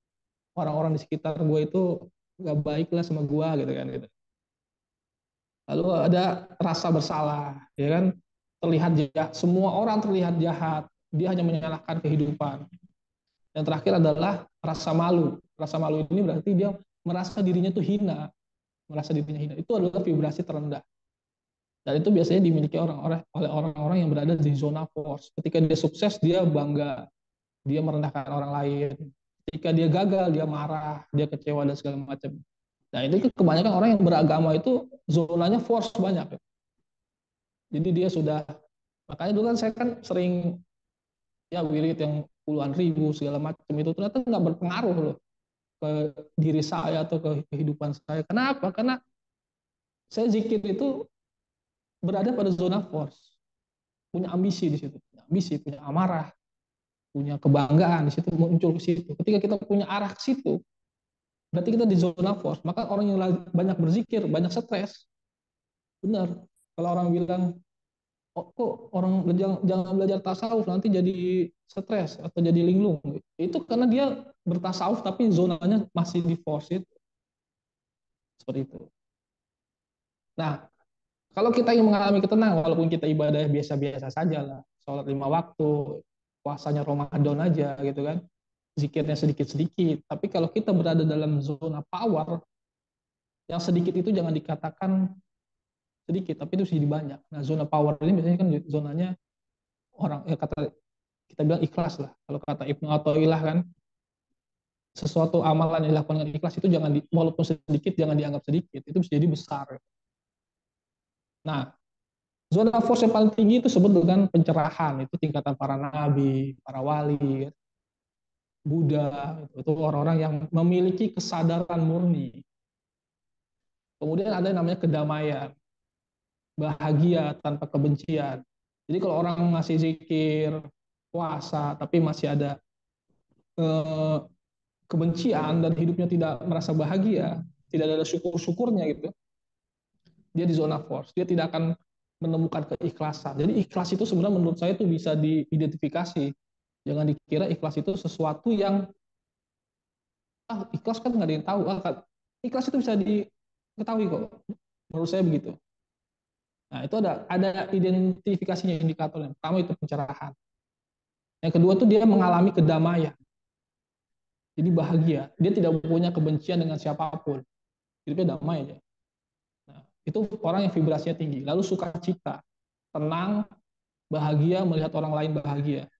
Jadi zikir, puasa, saudara tetangga aja beli mobil iri. Zikir, puasa, tetangganya naik pangkat iri. Temannya naik pangkat iri. Benci gitu. Nah, itu akhirnya tidak punya kedamaian di hatinya. Jadi cuman kalau katanya Rasulullah kan banyak orang puasa tapi hanya mendapatkan lapar dan haus. Ya, itu begitu karena dia zonanya force. Ya. Dia cuman mengamal-ngamalkan tapi nggak ada efek ke diri dia. Lalu sukacita, kemudian ada cinta, muncul namanya belas kasih, pengabdian. Ya, dia melakukan suatu hal itu karena pengabdian. Jadi nggak ada kepentingan-kepentingan itulah. Jadi berkahnya pengabdian, ada belas kasih. Lalu ada penalaran atau abstraksi ya. Abstraksi itu pemaknaan. Kalau kita lihat penalaran itu misalnya gini, kita ngelihat tukang beca. Oh, dia bekerja mencari uang. Kalau kita lihat secara mata, tapi kalau kita lihat secara abstraksi, pemaknaan, oh enggak loh. Dia itu nyari uang itu untuk menghidupi anak istrinya, untuk menghidupi orang tuanya atau keluarganya atau siapa saudaranya yang lagi sakit, misal seperti itu. Kita muncul pemaknaan. Dan orang yang ikhlas itu melihat sesuatu itu nalar, pakai nalar, penalaran itu abstraksi. Jadi bukan melihat, lo ini lo pelit lo, nggak pernah ngasih gue duit. Lihat dulu dia pelit itu kenapa? Jangan-jangan dia sebenarnya lagi ada duit itu lagi butuh buat apa, sekolahnya atau sekolah ini, sekolah ini. Itu muncul penalaran itu. Jadi orang yang ikhlas itu penalaran itu kepake gitu. Kemudian ada penerimaan, dia pemaaf, harmoni, penuh kasih gitu kan. Jadi dia bisa menerima, bisa memaafkan dirinya, bisa memaafkan orang lain. Itu ciri-ciri orang yang di zona power itu. Kemudian ada kesediaan, optimisme. Optimisme itu penuh harap. Jadi walaupun hari ini saya tidak bisa, tapi saya masih punya harapan di diri saya dan Allah yang akan menolong saya. Itu punya harapan. Jadi orang yang optimis itu adalah orang yang vibrasinya lumayan besar. Lalu ada namanya istilahnya netralitas, tidak pro kontra. Jadi ada orang berpendapat sebenarnya karena dia ada kepentingan apa, gitu, kepentingan organisasinya, kepentingan pribadinya, kepentingan kelompoknya. Gitu. Nah orang netralitas ini dia pendapat ya, yang A baik, B gitu loh. Tidak ada kepentingan di belakangnya gitu. Netralitas. Lalu mereka memiliki keberanian. Jadi lawannya malu tadi kan, merasa kehina. Orang yang vibrasinya tinggi itu berani, dia ulet, percaya diri, terus dia selalu positif. Nah seperti itu.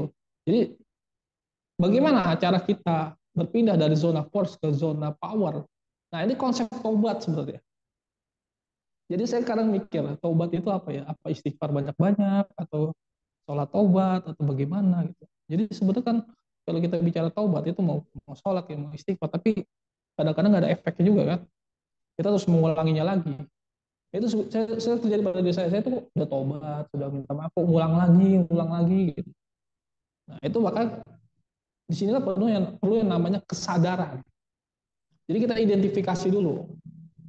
Kita punya nggak nih merasa hina? Ada, contreng. Kita punya nggak nih rasa amarah? Punya, contreng. Kita punya nggak sih rasa yang namanya tadi tuh yang bangga-banggain diri? Punya ternyata. Dicontreng. Sadari dulu ya, lalu apakah kita punya yang namanya sifat apatis ya? Oh ternyata pernah sekali itu contreng. Kita identifikasi dulu. Nah setelah identifikasi baru kita lepaskan. Nah tadi mungkin kalau si sahabat Labib dia bilang tahali tajali gitu kan. Jadi mengosongkan diri dari sifat-sifat buruk dan memasukkan pada sifat-sifat baik. Nah bagaimana mengosongkannya? Diidentifikasi dulu.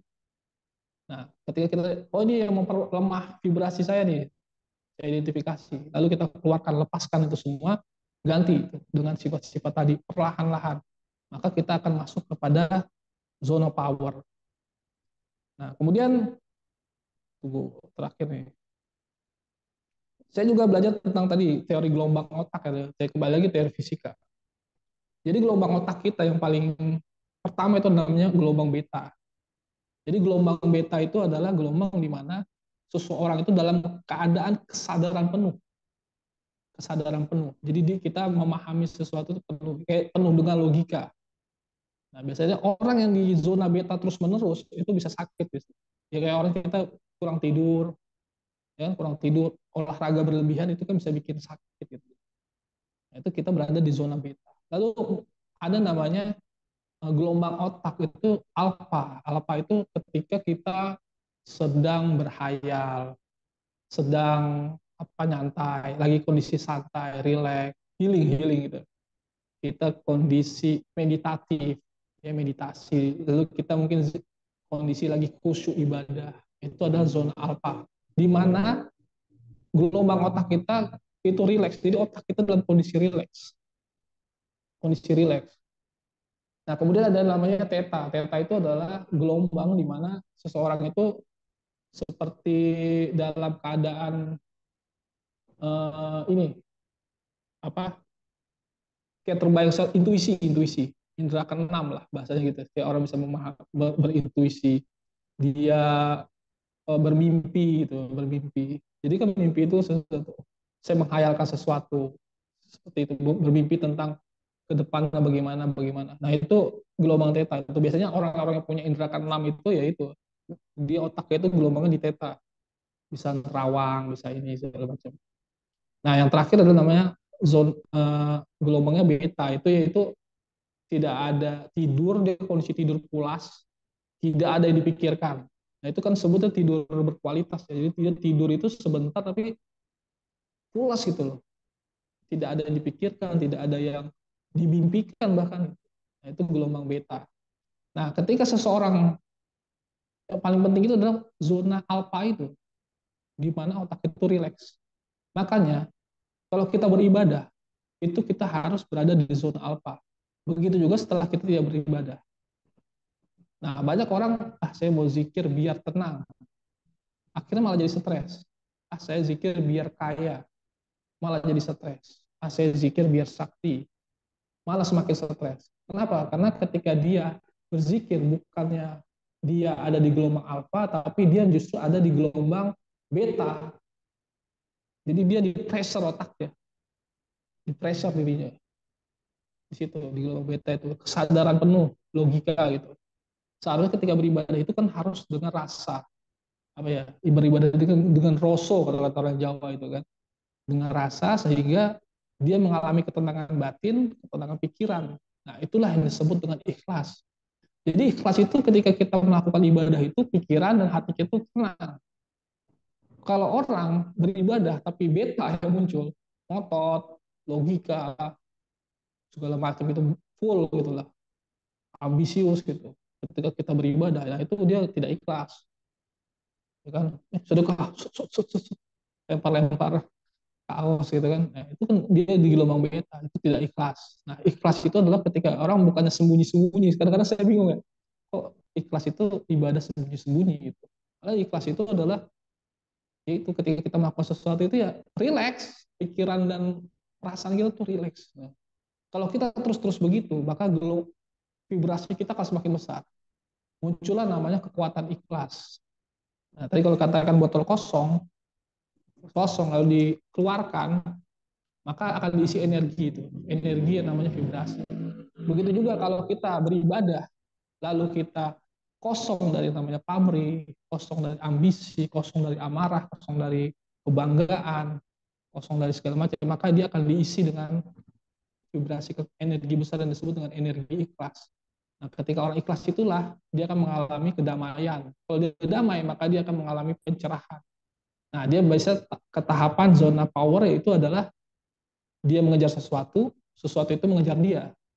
Dia mengharapkan sesuatu, baru harap doang, ini nggak ngejar, sesuatu itu datang. Misalnya contohnya gini, pernah kejadian nih, saya kan pelajari ini ya. Saya waktu itu pernah mikir, wah saya mau ziarah nih ke makam Gus Dur. Tapi nantilah kalau ada duit. Tapi saya tenang aja. Tidak berapa lama, ya ada acara di Jombang, di sana, dan tiba-tiba mampir ke Tugu Ireng, dan saya ziarah di situ. Wah, ini kan harapan saya minggu lalu. Gitu. Lalu saya pengen ini, pengen makan ini. Tiba-tiba ya ada aja yang traktir. Nah, itu zona power. Jadi ada suatu keinginan personal, tapi ada keterlibatan Tuhan itu. Nah, itu. Jadi harus kita memiliki rasa yang ikhlas dalam diri kita. Maka orang-orang yang bisa, kalau dalam wali-wali itu ada istilah kata seucap nyata ya. Ucapannya manjur, terus doanya kabul, bahkan harapannya mudah didapat. Kalau dalam al-hikam itu tajrid ya, dia diam saja itu apa yang diharapkan, alam itu bekerja sendiri itu untuk mewujudkan apa yang diharapkan. Nah, itu adalah ketika seseorang itu berada di zona ikhlas, itu adalah pikirannya itu sudah tadi belum otak alfa. Jadi otaknya rileks, perasaannya juga rileks. Gitu. Nah itu dia akan menarik vibrasinya akan memancar, dan dia akan menarik alam semestanya akan bekerja untuk dia. Jadi bukan dia bekerja untuk alam, tapi alam yang bekerja untuk dia. untuk mewujudkan apa yang dia inginkan. Mungkin itu saja, Salim. Nanti kita lanjut diskusinya. Terima kasih. Baik, terima kasih Bang Adriansah Aswaja yang telah memaparkan materinya. Materi yang luar biasa, penuh isinya luar biasa penuh ya. Kita mungkin untuk yang belum memahami nanti mungkin bakal kita upload di YouTube ya. Mungkin yang bisa di spotlight adalah tadi penjelasannya mengenai perspektifnya lebih ke arah fisika. Tadi penjelasan mengenai vibrasi, getaran, di mana itu mempengaruhi perasaan kita juga. Tadi nasihatnya adalah kita harus memilih-milih tentang musik ya Bang ya. Musik-musik kita harus pilih lagi. Karena itu akan mempengaruhi alam sadar kita. Tadi ditutup dengan bagaimana gelombang otak mempengaruhi kesadaran diri.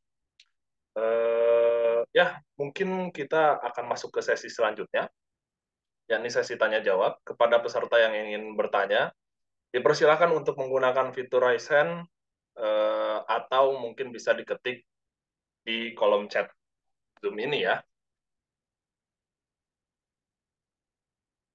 Mungkin kalau tidak ada yang bertanya, mungkin saya duluan ya yang bertanya kepada Bang Adriansah dan Bang Labib. Karena ini kita membahas tentang ilmu mengenal diri, Tuhan, manusia, dan alam semesta. Saya ingin bertanya, bagaimana hubungan yang seharusnya antara manusia dengan alam semesta dan juga Tuhan gitu? Bagaimana tiga entitas tersebut harus berhubungan dengan seharusnya gitu? Mungkin bisa dimulai dari Bang Labib Syarif terlebih dahulu.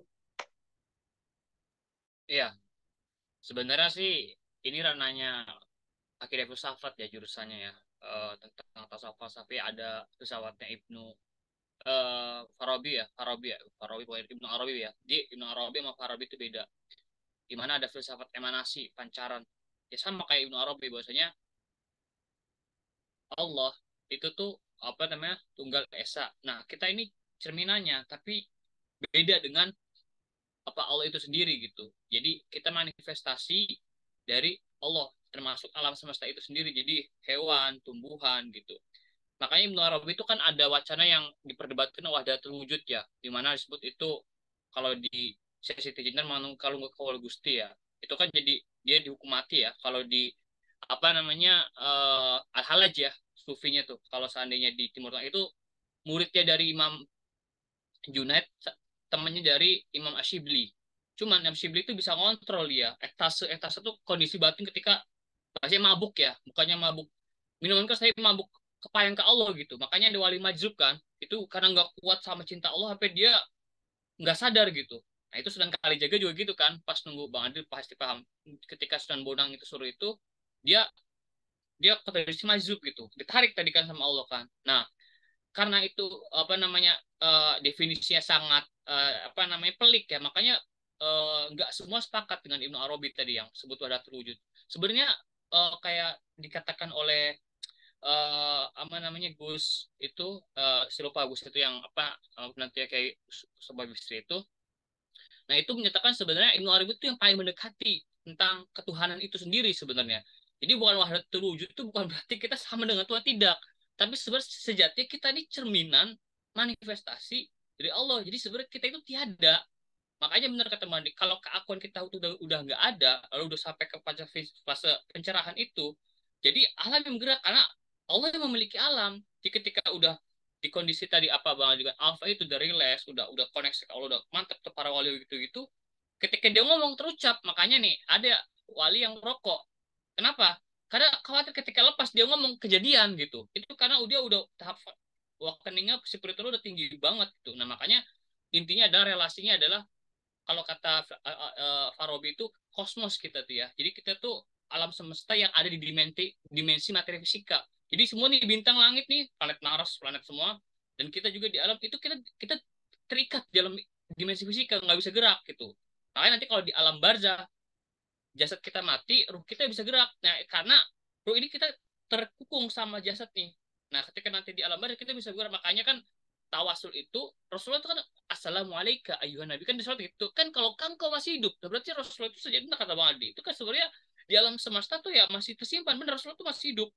Di alam kan wala taqulu lima yuqtalu fi sabilillah amwat. Karena kalian mengatakan orang yang berjalan di Allah itu meninggal. Jadi intinya adalah tadi bahwasanya kita ini adalah manifestasinya Allah, dan sebagai khalifah fil ard kita tunduk patuh pada Allah adalah dengan menebarkan cinta tadi, benar. Jadi nggak ada kebencian, nggak ada dendam, ada bisa memaafkan diri sendiri makan orang lain. Jadi intinya gitu. Jadi wa ma khalaqtul jinna wal insa illa liya'budun. Tidaklah ciptakan jin dan manusia kecuali untuk mengenalku, kalau kata si para tasawuf. Jadi intinya gitu. Lim ya. Jadi relasinya adalah kita malam semesta sama-sama tajallinya Allah, kita menebarkan cinta karena Rasulullah bilang kan sebaik-baiknya makhluk dan untuk alam semesta, lalu kita mengabdi kepada Allah. Itu sih Ibnu Arabi sama Al-Farabi yang paling mantap juga sih. Tapi itu agak berat memang. Ya. Baik Bang, terima kasih banyak. Mungkin kita lanjut ke pembicara kita yang lainnya, Bang Adriansa Aswaja. Bagaimana jawabannya Bang? Persilahkan. Apa tadi pertanyaannya?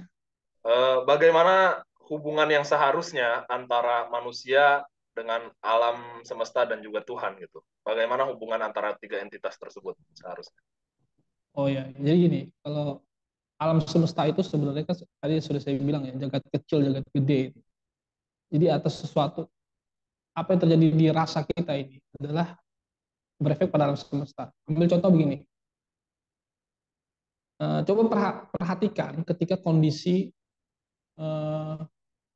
situasi politik misalnya, situasi politik di mana seseorang berebut kekuasaan, yang ini mendukung ini, yang ini mendukung ini. Lalu pahami gejala alam, lihat gejala alam, apa yang terjadi atau yang terjadi di sekitar kita. Itu biasanya kalau dulu yang saya pelajari dari pilkada segala macam, itu ada muncul penyakit-penyakit. Dan juga misalnya ketika perang muncul virus-virus. Kalau kita tahu misalnya Perang Dunia I, Perang Dunia II, ya kan, di situ di mana ada yang namanya virus Spanyol, flu Spanyol, lalu ada malaria, kemudian ada kalau sekarang COVID-19, ya kan. Nah, itu kalau kita lihat semuanya itu berasal dari apa? Kalau dari kemarahan-kemarahan yang muncul dalam diri kita. Kemarahan yang muncul dari diri kita, kemudian getaran tersebut, vibrasi tersebut ditangkap oleh yang namanya database alam semesta. Dan suatu saat itu akan dilepaskan. Dilepaskan.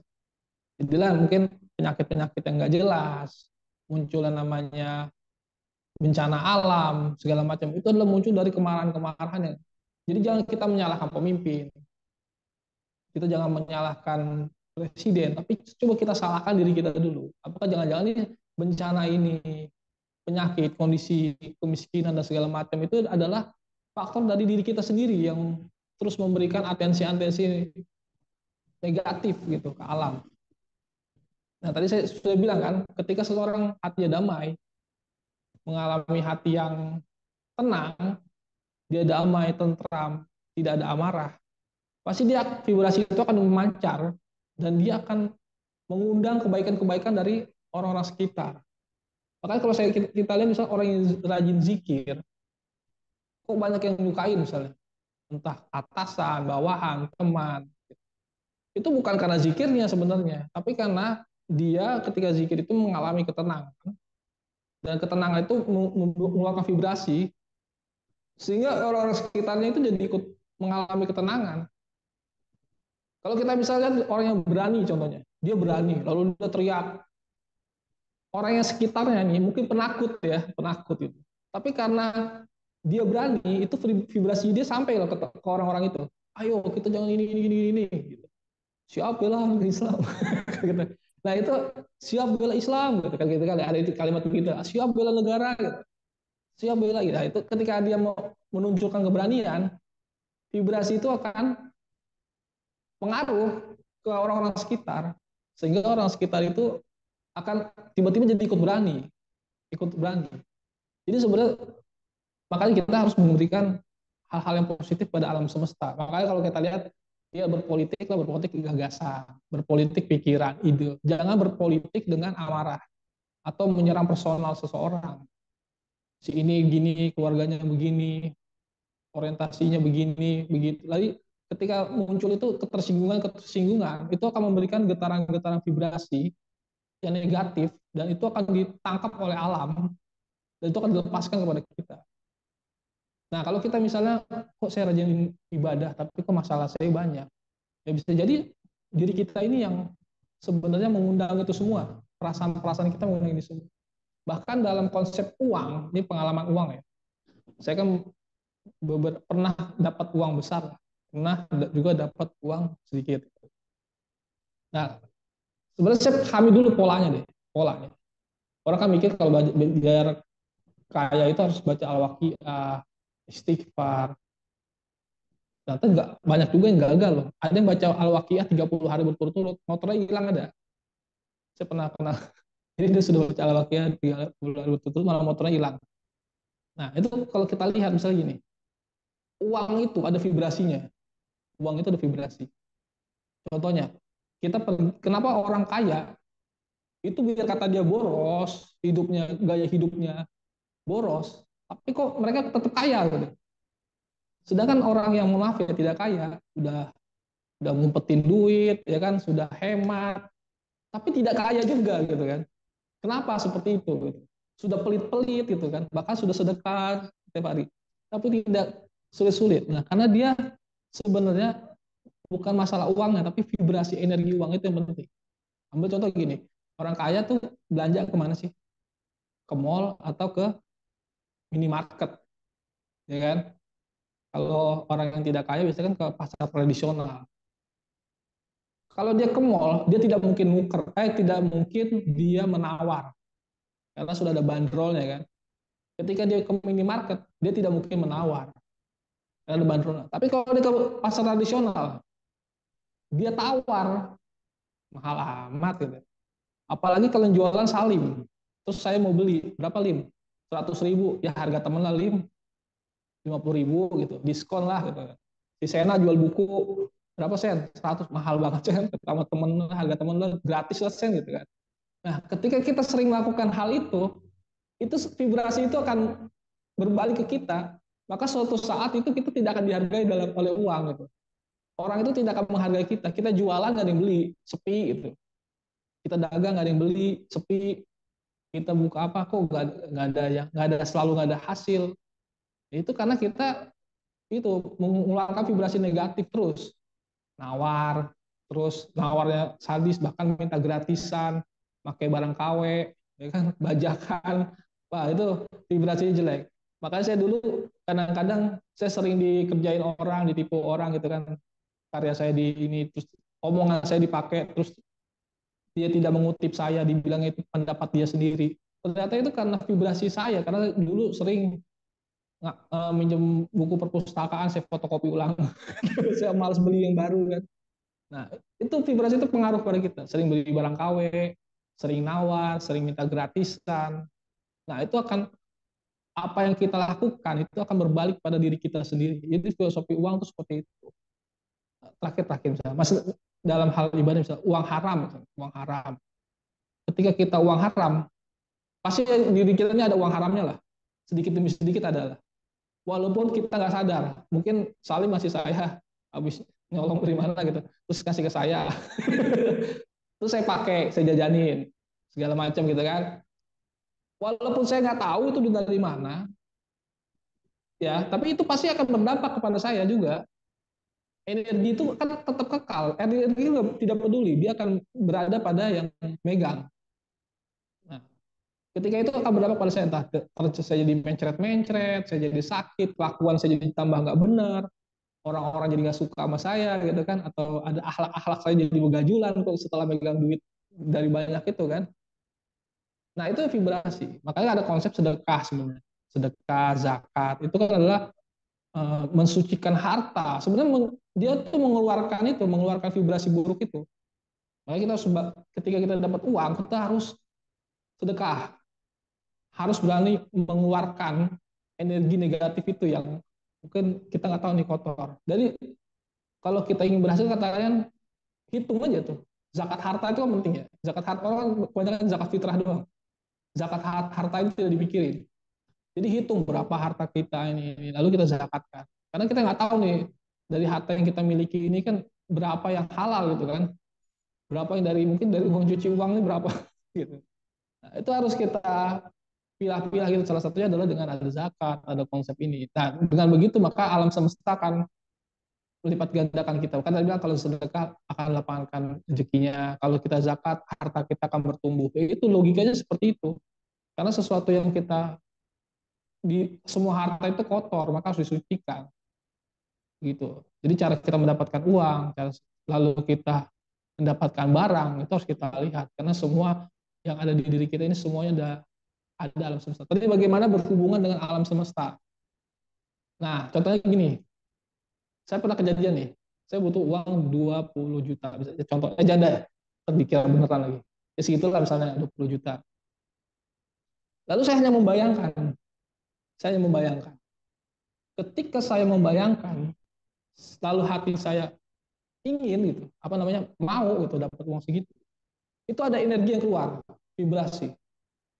Dan vibrasi itu berputar-putar terus di diri saya, di sekitar saya. Nah, pertanyaannya kok tidak wujud gitu? Kok tidak wujud? Nah, bagaimana caranya wujud adalah dengan memasang antena. Antena. Nah, antenanya itu disebut dengan dharma. Kalau dalam Hindu ya, saya orang Kejawen juga, orang Kejawen saya tanya, dharma itu apa? Dharma itu segala perbuatan yang kamu tanpa pamrih. Nah, itu kalau dalam Islam itu kan ada namanya amar ma'ruf nahi mungkar, itu dengan tangan atau dengan lisan atau dengan yang namanya mengutuk dalam hati gitu. Dan selama-lamanya iman. Nah, dharma itu juga begitu, ada yang dengan hati misalnya. Ya Allah, semoga Salim sukses karirnya, kaya raya gitu. Ya Allah, semoga Labib diberikan rezeki yang melimpah ya kan, jodoh yang diberkahi gitu. Nah, ketika saya mendoakan orang, sering mendoakan orang, maka vibrasi positif ini akan memancar. Dan jangan kasih tahu, lu udah lu doain, jangan kasih tahu, doain aja. Lu udah gue doain, jangan doain aja, nggak usah dikasih tahu. Nah, lalu kemudian ada yang namanya lisan gitu, mungkin dengan memberikan ide, masukan, ya kan, itu menjadi dharma.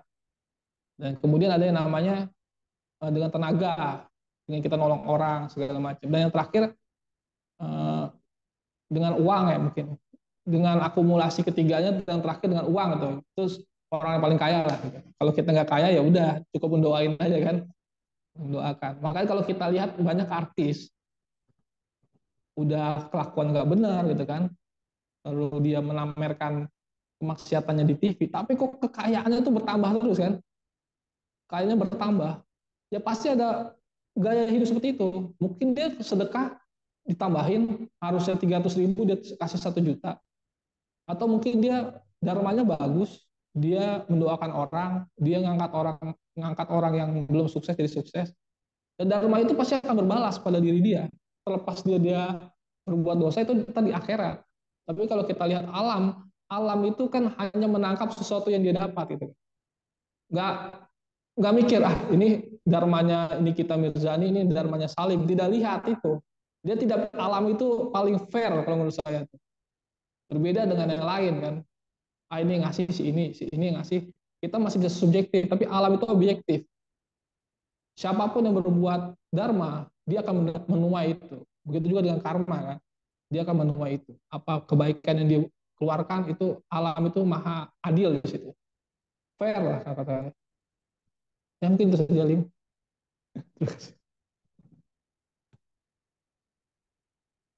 Baik, Bang. Terima kasih banyak atas jawabannya. Mungkin karena tidak ada yang menjawab lagi, tidak ada yang bertanya lagi, kita langsung masuk ke penghujung acara mungkin ya, Bang ya. Mungkin sebelum ditutup, ada closing statement dulu ya, singkat mungkin dari Bang Adriansah Coba dulu. tanya dulu, ada yang mau tanya nggak? Ya, silakan jika ada yang ingin bertanya, langsung raise hand, atau bisa langsung diketik di kolom chat. Kalau nggak ada ya udah. Ya, karena tidak ada lagi yang ingin bertanya, mungkin langsung saja, Bang. Kita ke penghujung acara. Mungkin ada closing statement dulu dari Bang Adriansah dulu, mungkin. Dipersilakan, Bang, untuk menyimpulkan diskusi kali ini. Ya, kesimpulannya adalah terima kasih Bang Adri dan Kak Labib. Oh ya, terima kasih Sarah. Nah, jadi kesimpulannya itu adalah bagaimana apa yang terjadi di alam semesta itu tergantung dari apa yang kita rasakan. Jadi ada kekuatan rasa di situ, bukan sesuatu yang kita lakukan itu, tapi apa yang kita rasakan. Jadi sedikit misalnya contohnya kita menginginkan sesuatu, kemudian dia terwujud, maka itu tidak lepas dari peran pikiran dan rasa ikhlas yang di diri kita. Nah, mungkin kalau kita lihat sudah ikhtiar tapi kok masih sulit, nah berarti kita belum ada kesinkronan antara pikiran dan hati, masih ada pertentangan ya, sinkron. Kayak profesi saya ini kok nggak baik-baik ya. Mungkin bisa jadi kita kerja tapi hati kita itu nggak nyaman, nggak tenang, pikiran kita kok bertentangan dengan diri kita. Nah, di situ alam semesta itu akan merespon itu. Akhirnya ya yang kita dapatkan hanyalah kekecewaan-kekecewaan gitu. Maka dari situ kita harus lihat bahwa apa yang kita lakukan ini harus sinkron dengan alam semesta. Dan bagaimana tahunya kita sinkron dengan alam semesta ya adalah pikiran dan hati kita itu merasa damai kita melakukan sesuatu, atau kita dalam otak kita itu dalam kondisi alfa atau rileks, tenang gitu dalam melakukan sesuatu. Kalau kita masih melakukan sesuatu dengan ada pertentangan di batin, di pikiran, maka alam semesta akan menangkap itu dan kita akan dipermainkan lah gitu, akan dipersulit segala macam. Mungkin itu yang kesimpulannya. Terima kasih. Baik, terima kasih Bang Adriansyah. Kepada Bang Labib, mungkin closing statement. Ya, terima kasih Salim. Sebagai penutup, saya akan mengutip dari ulama Al-Azhar Mesir bernama Maulana Syekh Muhammad Muhanna. Kan saya tadi menekankan poinnya tazkiyatun nufus ya, menyucikan hati ya. Dimana kalau kata Muzadi, qalbu adalah raja dari tubuh ya, untuk menggerakkan semuanya, termasuk tadi jasad. Ini ada 4 praktik sufistik ya, tasawuf menurut beliau tadi, Syekh Muhammad Muhanna, ulama Al-Azhar Kairo Mesir. Pertama adalah diam. Karena sebagian besar dosa itu karena banyak ngomong. Makanya semakin diam itu sering dalam arti hanya berbicara yang bermanfaat, maka akan meminimalisir dosa. Nah, para sufi itu dia berusaha untuk berbicara untuk bermanfaat saja. Jadi kalau tidak ada manfaat maka dia diam. Itu pertama, praktik sufistik. Yang kedua adalah berpuasa. Nah, makanya Abu Yahmud tadi, saya terus terang aja, karena saya pernah bertemu Abu Yahmud tadi di Cidahu, Banten ya. Beliau itu mendawamkan puasa terus menerus gitu loh. Ini beda ya, kita perspektifkan dulu. Makomnya para wali itu ibarat kata ilmu kita nih ya, masih SMP. Mereka udah profesor, kita nggak bakal nyampe. Jadi memang kata Bang Adri, kalau dipaksakan, bisa gila bener. Zikir dipaksakan, otak kita nggak kuat, bisa gila. Makanya perlu guru. Jadi ibarat kata dosisnya orang dewasa, dikasih anak-anak penger nggak kira-kira? Ya itu. Makanya ini puasa pun perlu ada prosesnya. Nah, kalau Abu Yamu tadi kan dia puasa terus-menerus. Nah, intinya adalah yang pengen saya tekankan, orang yang katakanlah sebulan tuh puasa sekali lah sunnah gitu, selain Ramadan ya gitu, yang semakin menekan rasa lapar. Maka nanti kalau kata Buya Syakur dari Indramayu, jasad semakin ditekan, maka kolbu tuh makin hidup. Makanya bulan Ramadan rata-rata pencerahan kan, tenang banget kayak, oh, tenang ya kolbuku lebih kalau maka cuma 10 hari terakhir. Kalau misalkan puasa Ramadan benar-benar dinikmatin ya. Maksudnya tadi kan ada bilang, Rasulullah bilang tidak puasa hanya mendapatkan rasa lapar dan dahaga. Tapi kalau benar-benar dihayatin masuk ke orang khawas yang kolbu, itu karena menekan, jadi mempersempit darah setan kan. Maka puasa itu. Terutama Ramadan wajib ya, kalaupun misalkan sunnah apa. Itu orang-orang sufi puasa. Yang ketiga adalah itu kholwat, berduaan kepada Allah. Itu pernah saya di Instagram juga, di mana kita tuh perlu waktu menyendiri zikir gitu. Nah, tadi benar kata zikir jangan karena ambisi, jangan karena saya pengen dapetin, jangan, tapi lillahi taala, karena Allah. Misalkan sholawat, bener karena cinta Rasul, nanti kan terserap tuh bener. Nanti secara nggak langsung ada akhlak Rasulullah tuh masuk, karena Rasul tuh ibaratnya gelas, dia tinggal udah luber gitu. Jadi kita dapat kecipratan berkahnya. Jadi bukan karena saya pengen kaya, kan otomatis tuh kalau misalnya udah dapet ridho Allah, misalkan nih, ya Allah, misalkan zikir gitu. Sholawat nih, kalau dapat yang lillahi ta'ala, ikhlas ketemu ada tadi, otomatis kalau Allah ridho ngejar semua itu alam, termasuk harta duniawi. Benar. Jadi bukan dia force tadi ya kayaknya. Udah ke power ya, bukan force lagi. Jadi jangan habis, kalau habis stres. Nah, itu khalwat ya. Terakhir adalah Di sini kata Syekh Muhammad Muhana adalah tahajud. Kan ada di dalam syair qasidah di Majelis Rasulullah juga Majelis Rasulullah itu ada musuh teman namanya waktu sahar biatib.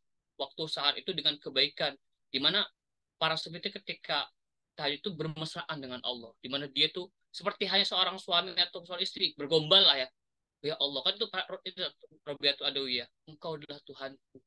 Bagaimana? Jadi intinya romantis. Nah, di situ ketika benar-benar hubungan langsung kalau kan dalam hadis kan siapa yang mau tahajud, siapa yang minta ampun, aku ampunkan, minta hajat, nah itu gitu. Intinya pertama lagi-lagi poinnya lillahi ta'ala. Di dalam tahajud itu ketika nanti terserap cahaya Allah termasuk, otomatis nanti ke orang tuh tenang. Oh, kok sejuk sama dia, kalau Bang Andri bilang kan vibrasi ya. Kok sejuk ya sama dia? Itu karena dia mengakses langsung malam tahajud itu. Jadi intinya poinnya 4 ya.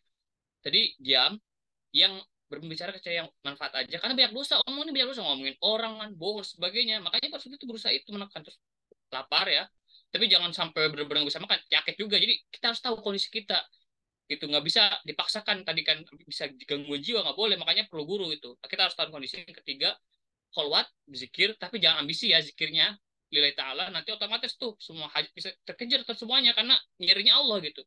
Terakhir adalah dengan tahajud supaya langsung dapat cahaya Allah dan mendekat ke Allah. Oke, itu saja. Assalamualaikum warahmatullahi wabarakatuh.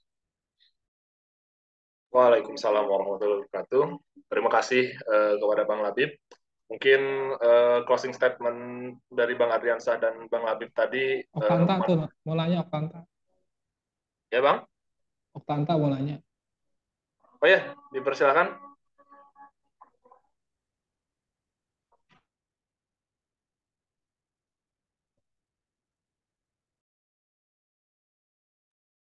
Lanjut Bang, di sini lagi azan. Itu jadi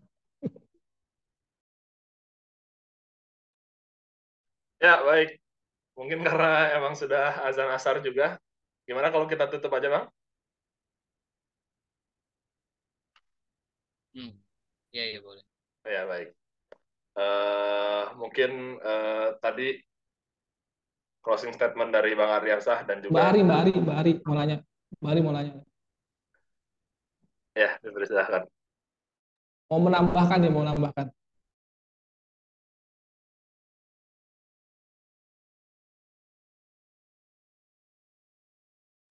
Ari Agus, Lim. Ari Agus, Lim.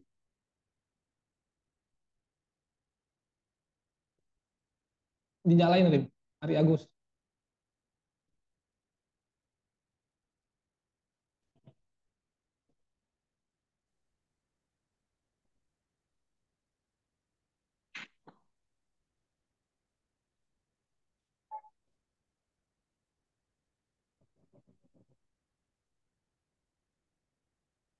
Enggak.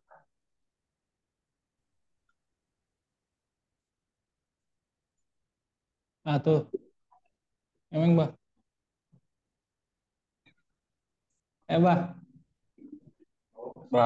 Bari. Ya, Assalamualaikum. Videonya Bari. Ya, waalaikumsalam warahmatullahi wabarakatuh, Bang.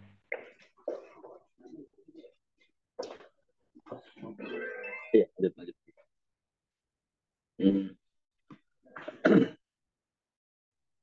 Saya kira yang dipaparkan oleh Mas Ardiansa itu semuanya bagus, dan juga Mas Labib juga bagus gitu. Man arafa nafsa fa man arafa rabbah, barang siapa yang mengetahui dirinya sendiri maka dia akan mengetahui Tuhannya. Bahwa semuanya ini, semua apa yang dikatakan Tuhan itu adalah representasi dari rahmat dan cinta Tuhannya. Saya kira itu aja yang saya bisa sampaikan. Intinya jangan lupa untuk mencintai agar kita selalu dicintai. Oke, Assalamualaikum warahmatullahi wabarakatuh. Waalaikumsalam warahmatullahi wabarakatuh. Menturun nggih, Mas Ari. Waalaikumsalam. Sarah. Udah azan ntar aja, pakai jam 5. Sarah. Sarah nyalain, Sarah. Iya, kenapa Bang? Silakan. Tanggapannya.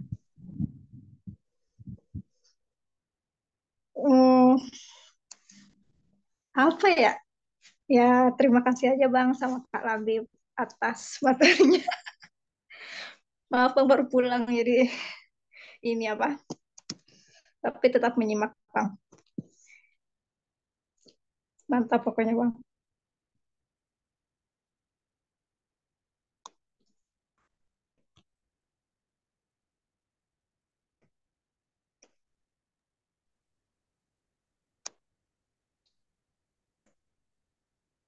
Ya, Andika, rada Andika, nge-lag di Andika, sini VPN-nya Andika, Bang. Andika, Ya. nyalain.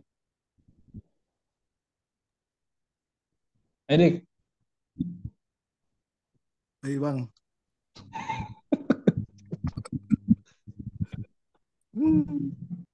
Alhamdulillah sudah banyak sharing-sharing.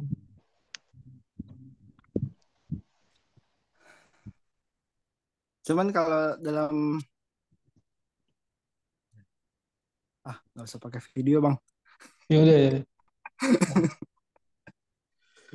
Cuman kalau dalam hal mengosongkan tuh gimana bang?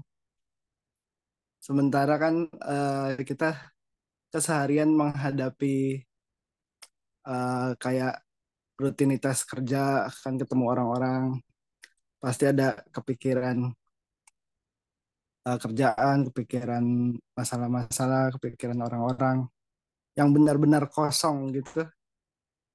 Apakah bertahap, apakah bisa langsung instan gitu bang? Itu aja paling. Monggo. Oke. Lim, saya dulu Lim ya, baru si Labib ya. Jadi ya, izin. Baik, Bang. Nah, jadi sebenarnya bukan Ya, kita silakan. mengosongkan, tapi kita harus mengidentifikasi. Kalau kita mengosongkan itu sesuatu yang sulit lah, sulit menurut saya. Tapi kita harus mengidentifikasi dulu. Makanya kita harus siapkan kertas atau apa gitu.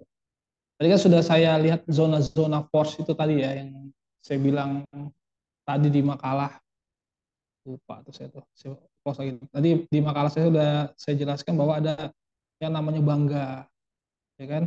Itu zona zona force kan. Ada nggak rasa kebanggaan kita gitu?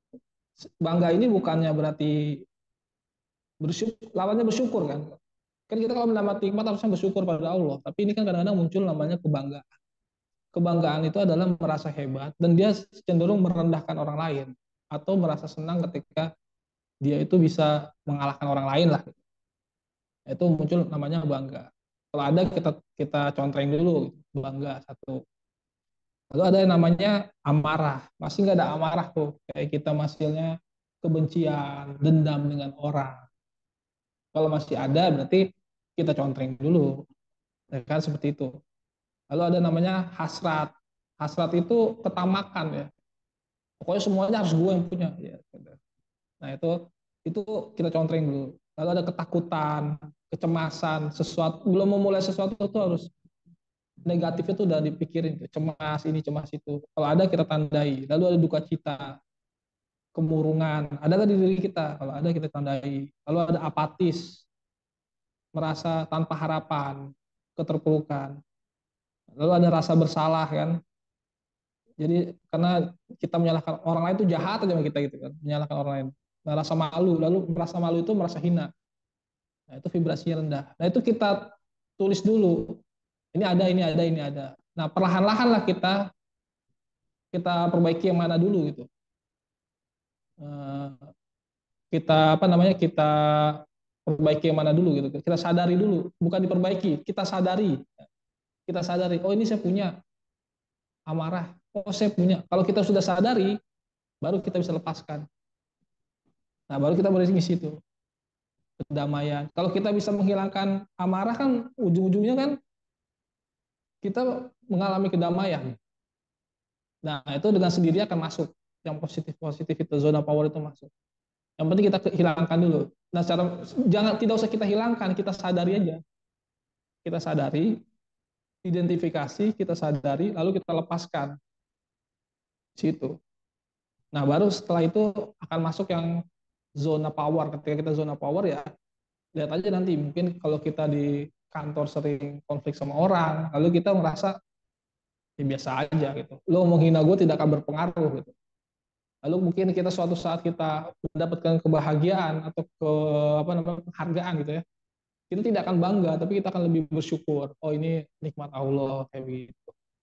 Jadi kita harus mengidentifikasi dulu apa-apa yang zona force itu, kemudian kita lepaskan. Caranya begitu. Jadi bukannya dihilangkan belum bisa, tapi kita sadari dulu, lepaskan. Nah, mau tidak mau yang zona power itu muncul sendiri.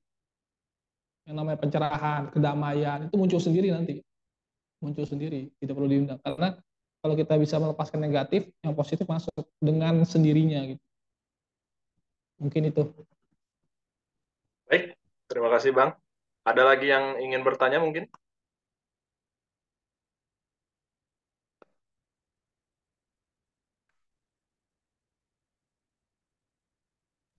Dijawabnya pakai chat, mantap katanya.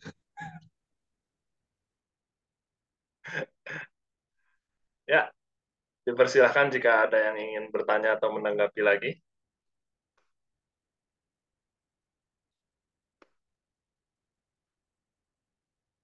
Gimana Bang? Ada lagi mungkin yang ingin bertanya? Oke, ditutup. Makasih moderator. Oke, mungkin itu saja diskusi kita pada kesempatan kali ini. Terima kasih banyak kepada para pemateri, Bang Adriansa Aswaja dan Bang Labib Syarif atas materinya yang luar biasa, sangat bermanfaat. Saya juga mengucapkan terima kasih kepada para peserta yang telah hadir dan menyempatkan waktunya. Terima kasih kepada Yayasan Menggiring Arus Dunia yang telah mengadakan webinar yang luar biasa pada kesempatan kali ini. Saya selaku moderator pamit undur diri. Sekian dari saya. Wallahul muwaffiq ila aqwamit thoriq. Wassalamualaikum warahmatullahi wabarakatuh. Labib, Waalaikumsalam warahmatullahi wabarakatuh. Lim, Lim.